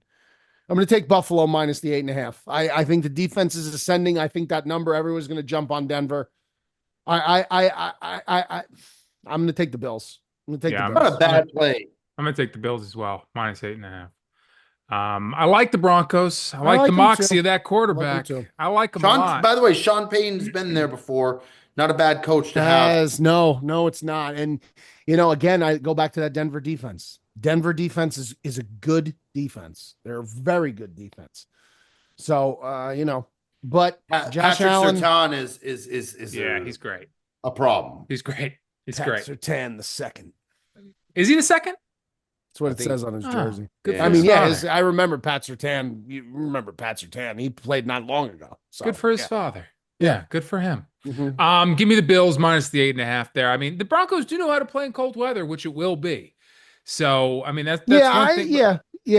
Yeah. I don't think that's even a factor for them. No, No, that's what I'm saying. That's not going to be a factor. But I think it's the Bills. I think the Bills defense is ascending. I think if this, how many times are we going to say, is this the Bills' year? Is this the Bills' year? Maybe this will be the Bills' year. Maybe. Sure hope Allen's so. played at an MVP level all year. thing Sure is has. he? Yeah, yeah. He ain't going to win the absolutely. MVP, but he's been playing at an MVP level. Yeah, Who's gonna win it? Lamar. I think Lamar. Think so? you got to hope though that somehow the Chiefs and the is it possible for the Chiefs and the Ravens? No, I guess it is. No, the Chiefs will play the lowest remaining Right, seed. right. Yeah, So they'll play likely the winner of the Chargers Texans game. right, I would right. imagine. All right, yeah. Me and Mikey got the Bills minus 8.5. Joe's got the Broncos plus 8.5. Let's move back to the NFC. Let's go to that Rams Vikings game. The Vikings are only favored by 1 point. It is in LA, but they're only favored by 1 point. Who do you guys like? Scary, man. The Yeah. Rams. The Los Angeles Rams. I said it earlier. You lose that bad in a game that defined whether or not you're the first seed overall in the NFC or you don't even have a playoff game at home. That's tough to come back from. That line was decimated. Darnold did not look great. I love Darnold to death. This Rams team now is going to be playing a team that just got the brakes beaten off of them. And the Rams are not that bad a team. And they have moxie on offense. And you know what? Stafford has won a Super Bowl. And yeah, he can make big mistakes, but he also can come up big. Don't forget about Sean McVay. Hell of a coach. Great coach. I really do like the Rams to win this game. Yeah, I'm going to take the Vikings. Okay. Only because I really, man, what an epic egg on your face failure this would be from Minnesota. This isn't even a point spread. I mean, it's basically a fucking. They beat him pick 'em. before too. I know the Rams beat him already in LA. Tough to beat a good team twice, Joseph. It is true. You know what? You just can't stand Matt Stafford having any kind of success, can you? No. You just cannot stand it. And you know what? Flores is going to let the dogs loose. on that guy. You couldn't have a vendetta against a better guy either. What's You the really don't over have, under? for the You record, couldn't. I have No, you no do. vendetta against. No, you Stafford. sure I- do. I think What's- it's hooked. Yeah, What's you the sure do. what's the over under on Matt 40. Stafford Oh. passing touchdowns? Probably 1.5. So why don't you guys make a little wager if Matt Stafford throws for more than 1.5 touchdowns? Mikey, are you familiar with a little restaurant called Nobu? Pop's gonna have 2 bills outstanding by the end of the week. No, I think this is listen, I understand Joe's logic. I do. And I understand it's a scary matchup on face value. But when are you ever going to get a 14-win team that's the number 2 seed that was a game away from being the number 1 seed with the season and success they had, and the Brian Flores defense that just doesn't stop attacking you, with Aaron Jones and with TJ Hawkinson and Jordan Addison and Justin Jefferson? When are you ever going to get that team against a team like the Rams in basically a pick 'em? I have to take Minnesota out of principle. I'm going to take Minnesota, but it's purely a principle pick. If they lose this game, it'll be because of Sam Darnold. That's the only reason the Vikings will lose this game. If Darnold performs like he did Sunday night against the Lions, that'll be the reason they lose this game. But I cannot see them walking with getting egg on the face 2 weeks in a row like that, and him throwing another clunker up. He's just got to have a good game. He doesn't have to have a great game to beat the Rams. He can have a good game and they'll beat the Rams, because I think Flores is going to let the dogs loose. Stafford, as much as I respect him as a thrower of the football, Tick, you know as well as I do, he has zero mobility at this stage of his career. He's not going to be able to avoid that pass rush. So give me Minnesota and basically what's become a pick 'em. Yeah, the Rams defense is not very good either. You can get Vikings money line from -115. Do it. That's not possible. Do it.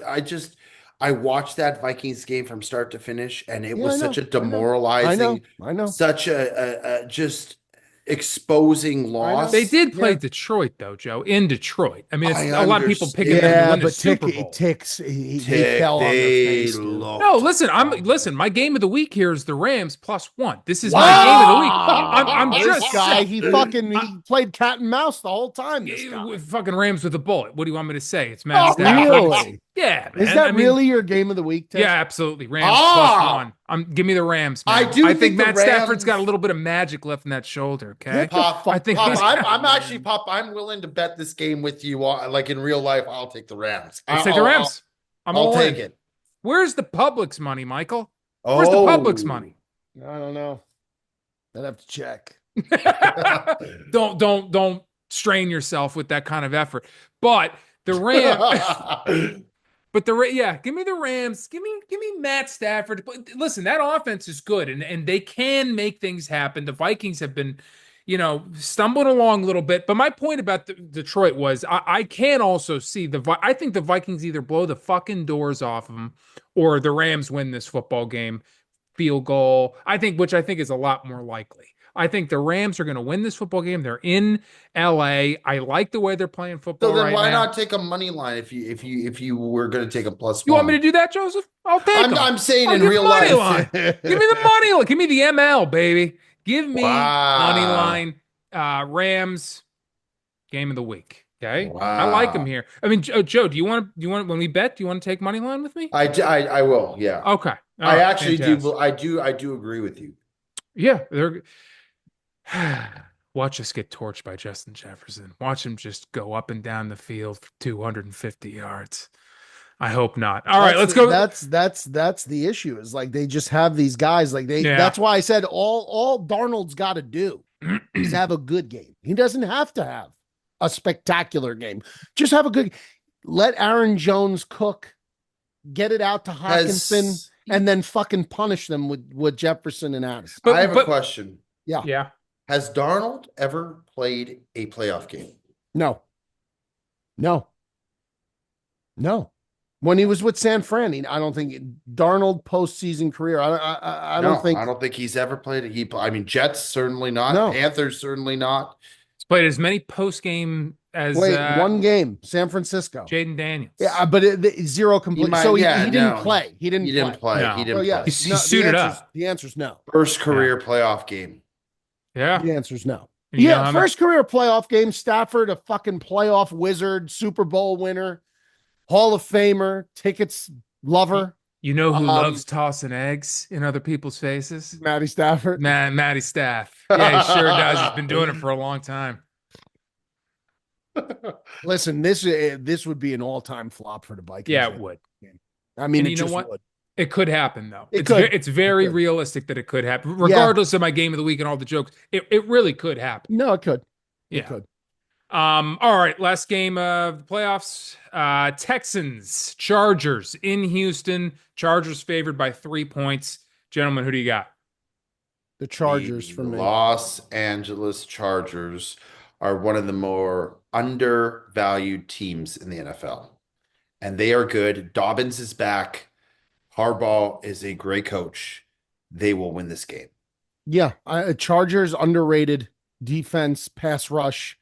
But actually, so are the Texans. Their defense is sneaky with the pass rush too. The difference for me here Stroud the has made a lot of mistakes. Texans O-line, man, is just it's been bad all year. It's been really bad all year.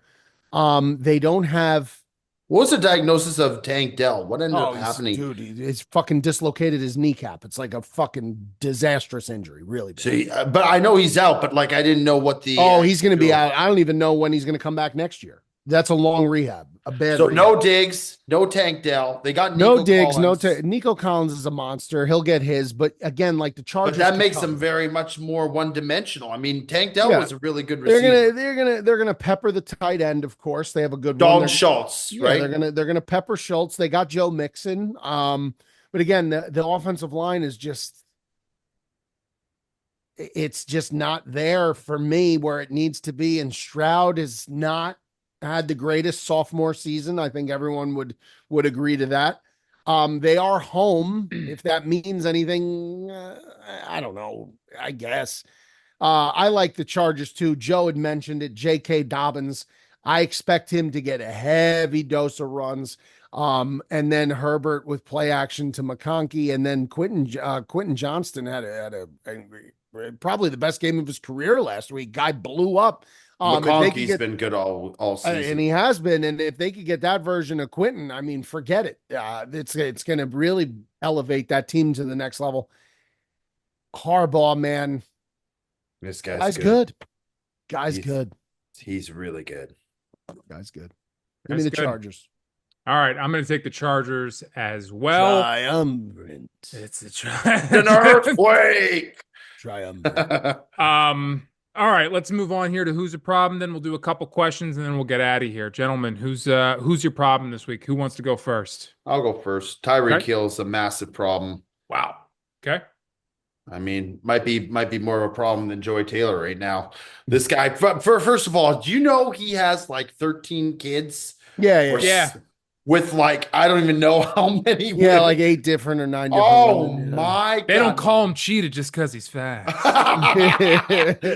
This guy though, again, after the tough season the Dolphins have had, to his health issues, for him just to basically say I'm out, like that's it, I don't want to be with this team anymore, just such a selfish, self-centered thing to do. And I know it's a wide receiver thing, but like this guy he has all the potential in the world, and it's like, he's just going to look out for himself. It's really, really pathetic, disappointing, and on brand with what these prima donna receivers are doing nowadays. And not tough look. And the Dolphins, I mean, if you're the Dolphins now, what do? You got to try to trade the guy, right? Like, I mean, he basically puts them in a position where they have no choice.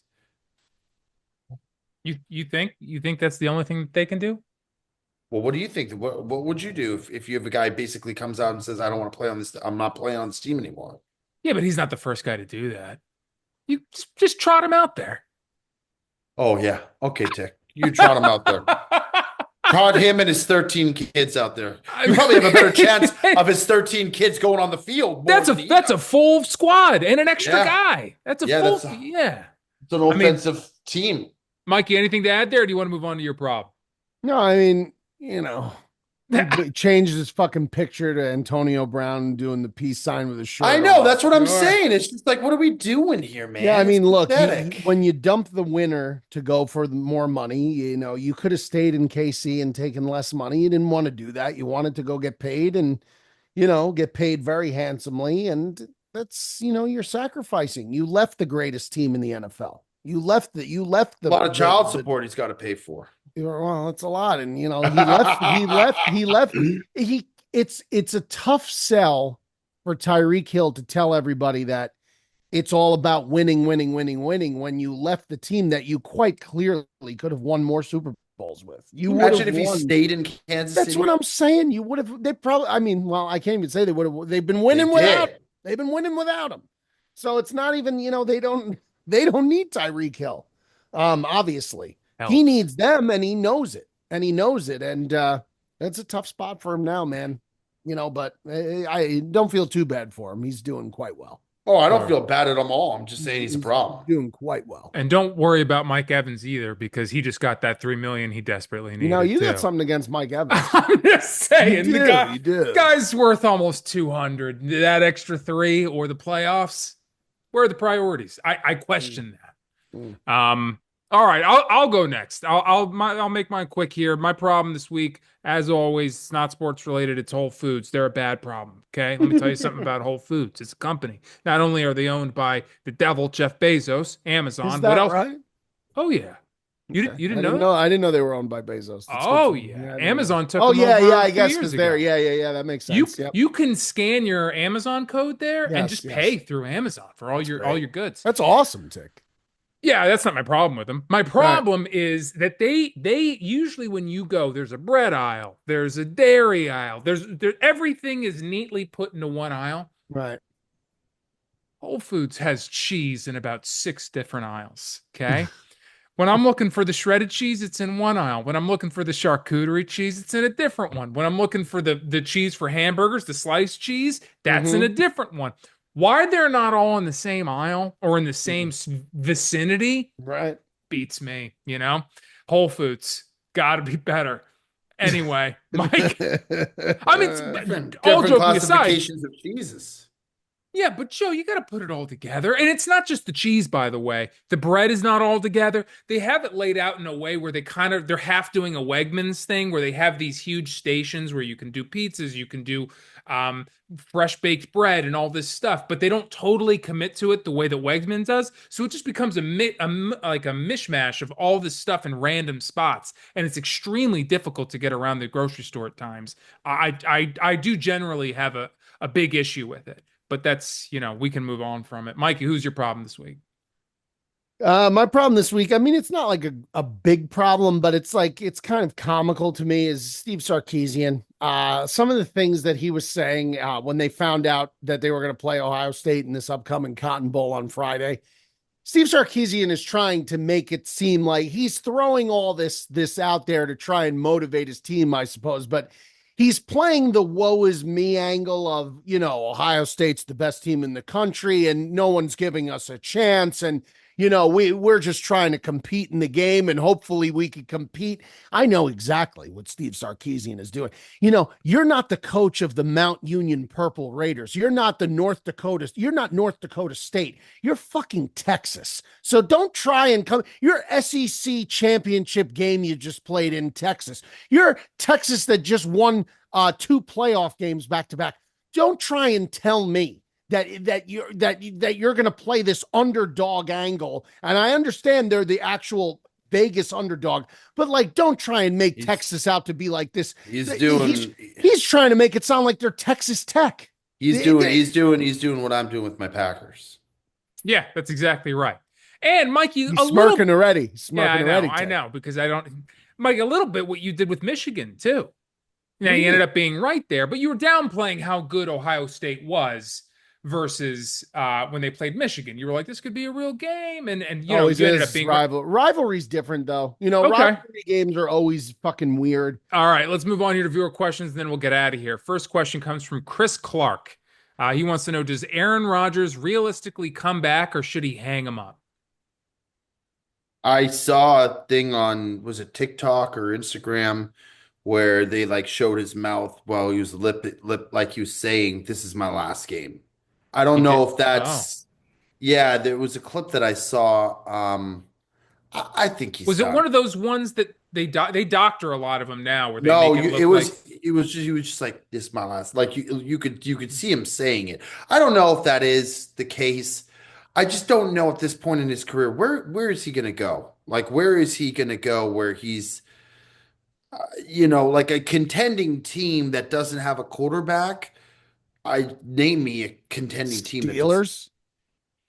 Yeah, That's the only contending team I could think of that doesn't that have would a be the quarterback. only one. I mean, I Yeah. don't, But they don't have a lot of offensive firepower either. He'd be complaining. How about the Vikings? No, I can't see that. I just don't see him coming back. I think this year was such a dumpster fire, just a disaster. It was, man. It was, And I don't think he unfortunate. wants to tarnish his legacy anymore. Like the way that he did, I mean, it was not a good look for him. Yeah, they turned him into a real fucking villain, man. Like, I don't know. I don't know. Like, I don't know if he's loved in the locker room, if he's not. You hear conflicting stories from everybody. The year was a train wreck. I mean, it couldn't have gone worse for the Jets. But the bottom line is the second half of the year, like they were starting offensively, like he was starting to play better. I think he thinks he could still play. I bet you he still thinks he could play, but maybe he's just over it. Maybe he's just over it. A gun to my head, do I think he plays next season for somebody? Why not? Why not? I think he may. Would you put him on it? I mean, like we just said, though, I mean, other than the Steelers, where would both he, but he wouldn't want to go to the Giants. No. Because he's at the point where both they need to want him and he wants to want him. And it kind of comes down to the Steelers. Colts. Colts are not good though. They're not terrible. It's just to me, I think the reason for him wanting to come back would be to try to compete and win a Super Bowl. Would you take him on the Packers? Fuck no. That's horrible. It was your dream to have Brett Favre come back to the Packers. Packers. Did so much for you, dog. I loved him, but his time is done. I mean, after you tear your ACL or your Achilles and you're in your 40s, like that's tough to come back. And he came back so fast, bro. It's like it was the craziest thing I've ever seen in my life. Yeah, and I wonder, like, did he rush it a little bit, and that's why the beginning of the year was so rocky, and then finally maybe now he's fully healthy. That's why, like, I don't know, these guys, like, they say they're done, but like a alpha competitor like that, I just find it to be a hard sell if he really thinks he could still play, which I bet you he thinks so. Depending on how Jalen Hurts performs here, I'd roll the dice on him with the Eagles if Jalen Hurts really shits the bed. I tell you should roll the dice on that Mr. McKee from Stanford. He was a nice young man can play, man. Yep. He could play. And I thought we were going to see Ian Book because we had just signed him. Oh God, Notre Dame, he stinks. Yeah. This kid McKee, at least this kid's 6'6". He's a fucking big guy. Listen, yeah, he's. I mean, I don't want to, Pickett, I know is a nice guy, but I like what I saw from McKee. McKee. But Pickett played pretty well when he was in too. He already had injured ribs. He re-injured them in the game last week, not this previous week, but the week before. Right. And I would stick with Pickett, but I think McKee played well enough to where he should be the backup somewhere. He should be the second string guy. All right, let's move on to the next question. This one comes from Darcy Finnegan. If you could keep just one item of your sports memorabilia from your personal collection, what item would you keep? This is, I guess, mainly for Mikey. He's the one with a ton of memorabilia, but Joe, you have some too. It's a toss-up. I don't really have a ton of stuff. I have an autographed game Rodgers jersey, which is pretty special. And then I've got, actually, you know what I've got that's special to me is I've got, and it actually has value to me is, I have the caddy vest that I wore with Josh Allen that he signed for me when we were at the ACC championship in Lake Tahoe 2 years ago. So that's something that I plan to put it up on my wall at some point. So that would probably be the thing I keep the most. But I don't have that much of memorabilia like fan gear and stuff. Like I've got jerseys, but I don't have like really anything else that I would think that's that valuable. Okay, Mikey? Yeah, probably, I mean, the most valuable thing I have, I mean, now that he's passed away, maybe my Buckus. I have two signed I have a Buckus signed frame jersey. I have a Buckus signed picture. I have a Joe DiMaggio signed Yankees 1937 championship photo, which is one of my favorite things that I have. And that's probably worth a good amount because DiMaggio's obviously been dead for a long time. But the one I would find hardest to part with, I think, is my McMahon jersey. It's personalized. It's written out to me. Spent time talking to Jim a couple times. The only Super Bowl winning quarterback in Bears history. That would be a tough part for me. So, I always felt tied to the team too, apart from the fact that my dad was a fan. That's the reason I'm a fan. I was born the year they won the Super Bowl, their only Super Bowl. So that would probably be the item that I hold on to, is the Jimmy Mack signed jersey. All right. Tell you what mine is. It's a piece of the floor hardwood. from the Wilt There you Chamberlain go. 100-point game. There you go. That's right there. Why is that baby. just hanging around out there? I don't know. You That's a gotta good find point. it. That's a You gotta do great something. point. I Yeah. lost the certificate of authenticity to it, which I know seems like a likely story, but Might have it's to the get- truth. I don't know if I could get rid of this one either. 540. 5-4. 540. All right, let's do 540. one more quick one here. This one comes from Lincoln Nichols. It's a fuck, marry, kill. Oh. Josh Allen, Jared Goff, and Jalen Hurts. No, I mean, that's easy for me. It's an obvious marry, but the next two, Marrying Josh. Yeah. of course, we all I'll are. fuck with Jalen and kill Goff. I mean, again, like, Lions fans are gonna fucking freak out. They always do. Like, they think I hate on the Lions. I don't. I think the Lions are terrific. I love Dan Campbell. I love everything they've done in Detroit. They're the best team in the NFC. They're top 2 team in the league. But again, like, I just think, like, you have to understand how incredible of a situation Jared Goff got put into. Yeah, he The did. best offensive line in football, some of the best weapons, and a great offensive coordinator and a great head coach, man. I just think there's guys like that could do very well in that situation. And I'm not saying Jalen Hurts is a better quarterback. I just would fuck with Jalen Hurts because he could bring other dimensions to the game that Jared can't. So I'd fuck with Jalen, I'd marry Josh, and I'd kill Jared. I would do the same, to be honest. There you go. But Jalen Hurts has a great offensive line and Hold on, great this dog, talent This too. dog, man. He does. He does. Yeah. All right. Well, I'm going to sign off this show while this guy's gone because we're done. We're done. We're done. We're done. Yeah. So We're absolutely done. So for Joey D. Well, there he is. There he is. We were about to sign off without you because you left. We're No, done. because I put the dog to bed, Uh-huh. and then he's banging and rattling the door because he knows that I'm still up. Tell you what, And he I'm wants to going to come. bed right after this. Yeah. I tell you what, The it looks like second- 3 a.m. in your The apartment. By the way. second we sign off, yeah, it does. It does look good. I could fall asleep on that couch real easy. Real quick. As soon as Look at the this second guy. we sign off, I'm gone. There he Dude, is. we're going to There bed. he is. All right, let's sign off here. All right, that's another Sportsman. That's a long one. 3 of us back together. We got a long one for you. Playoffs are upon us, both college and NFL. Fun one, guys, and we will see everyone next week.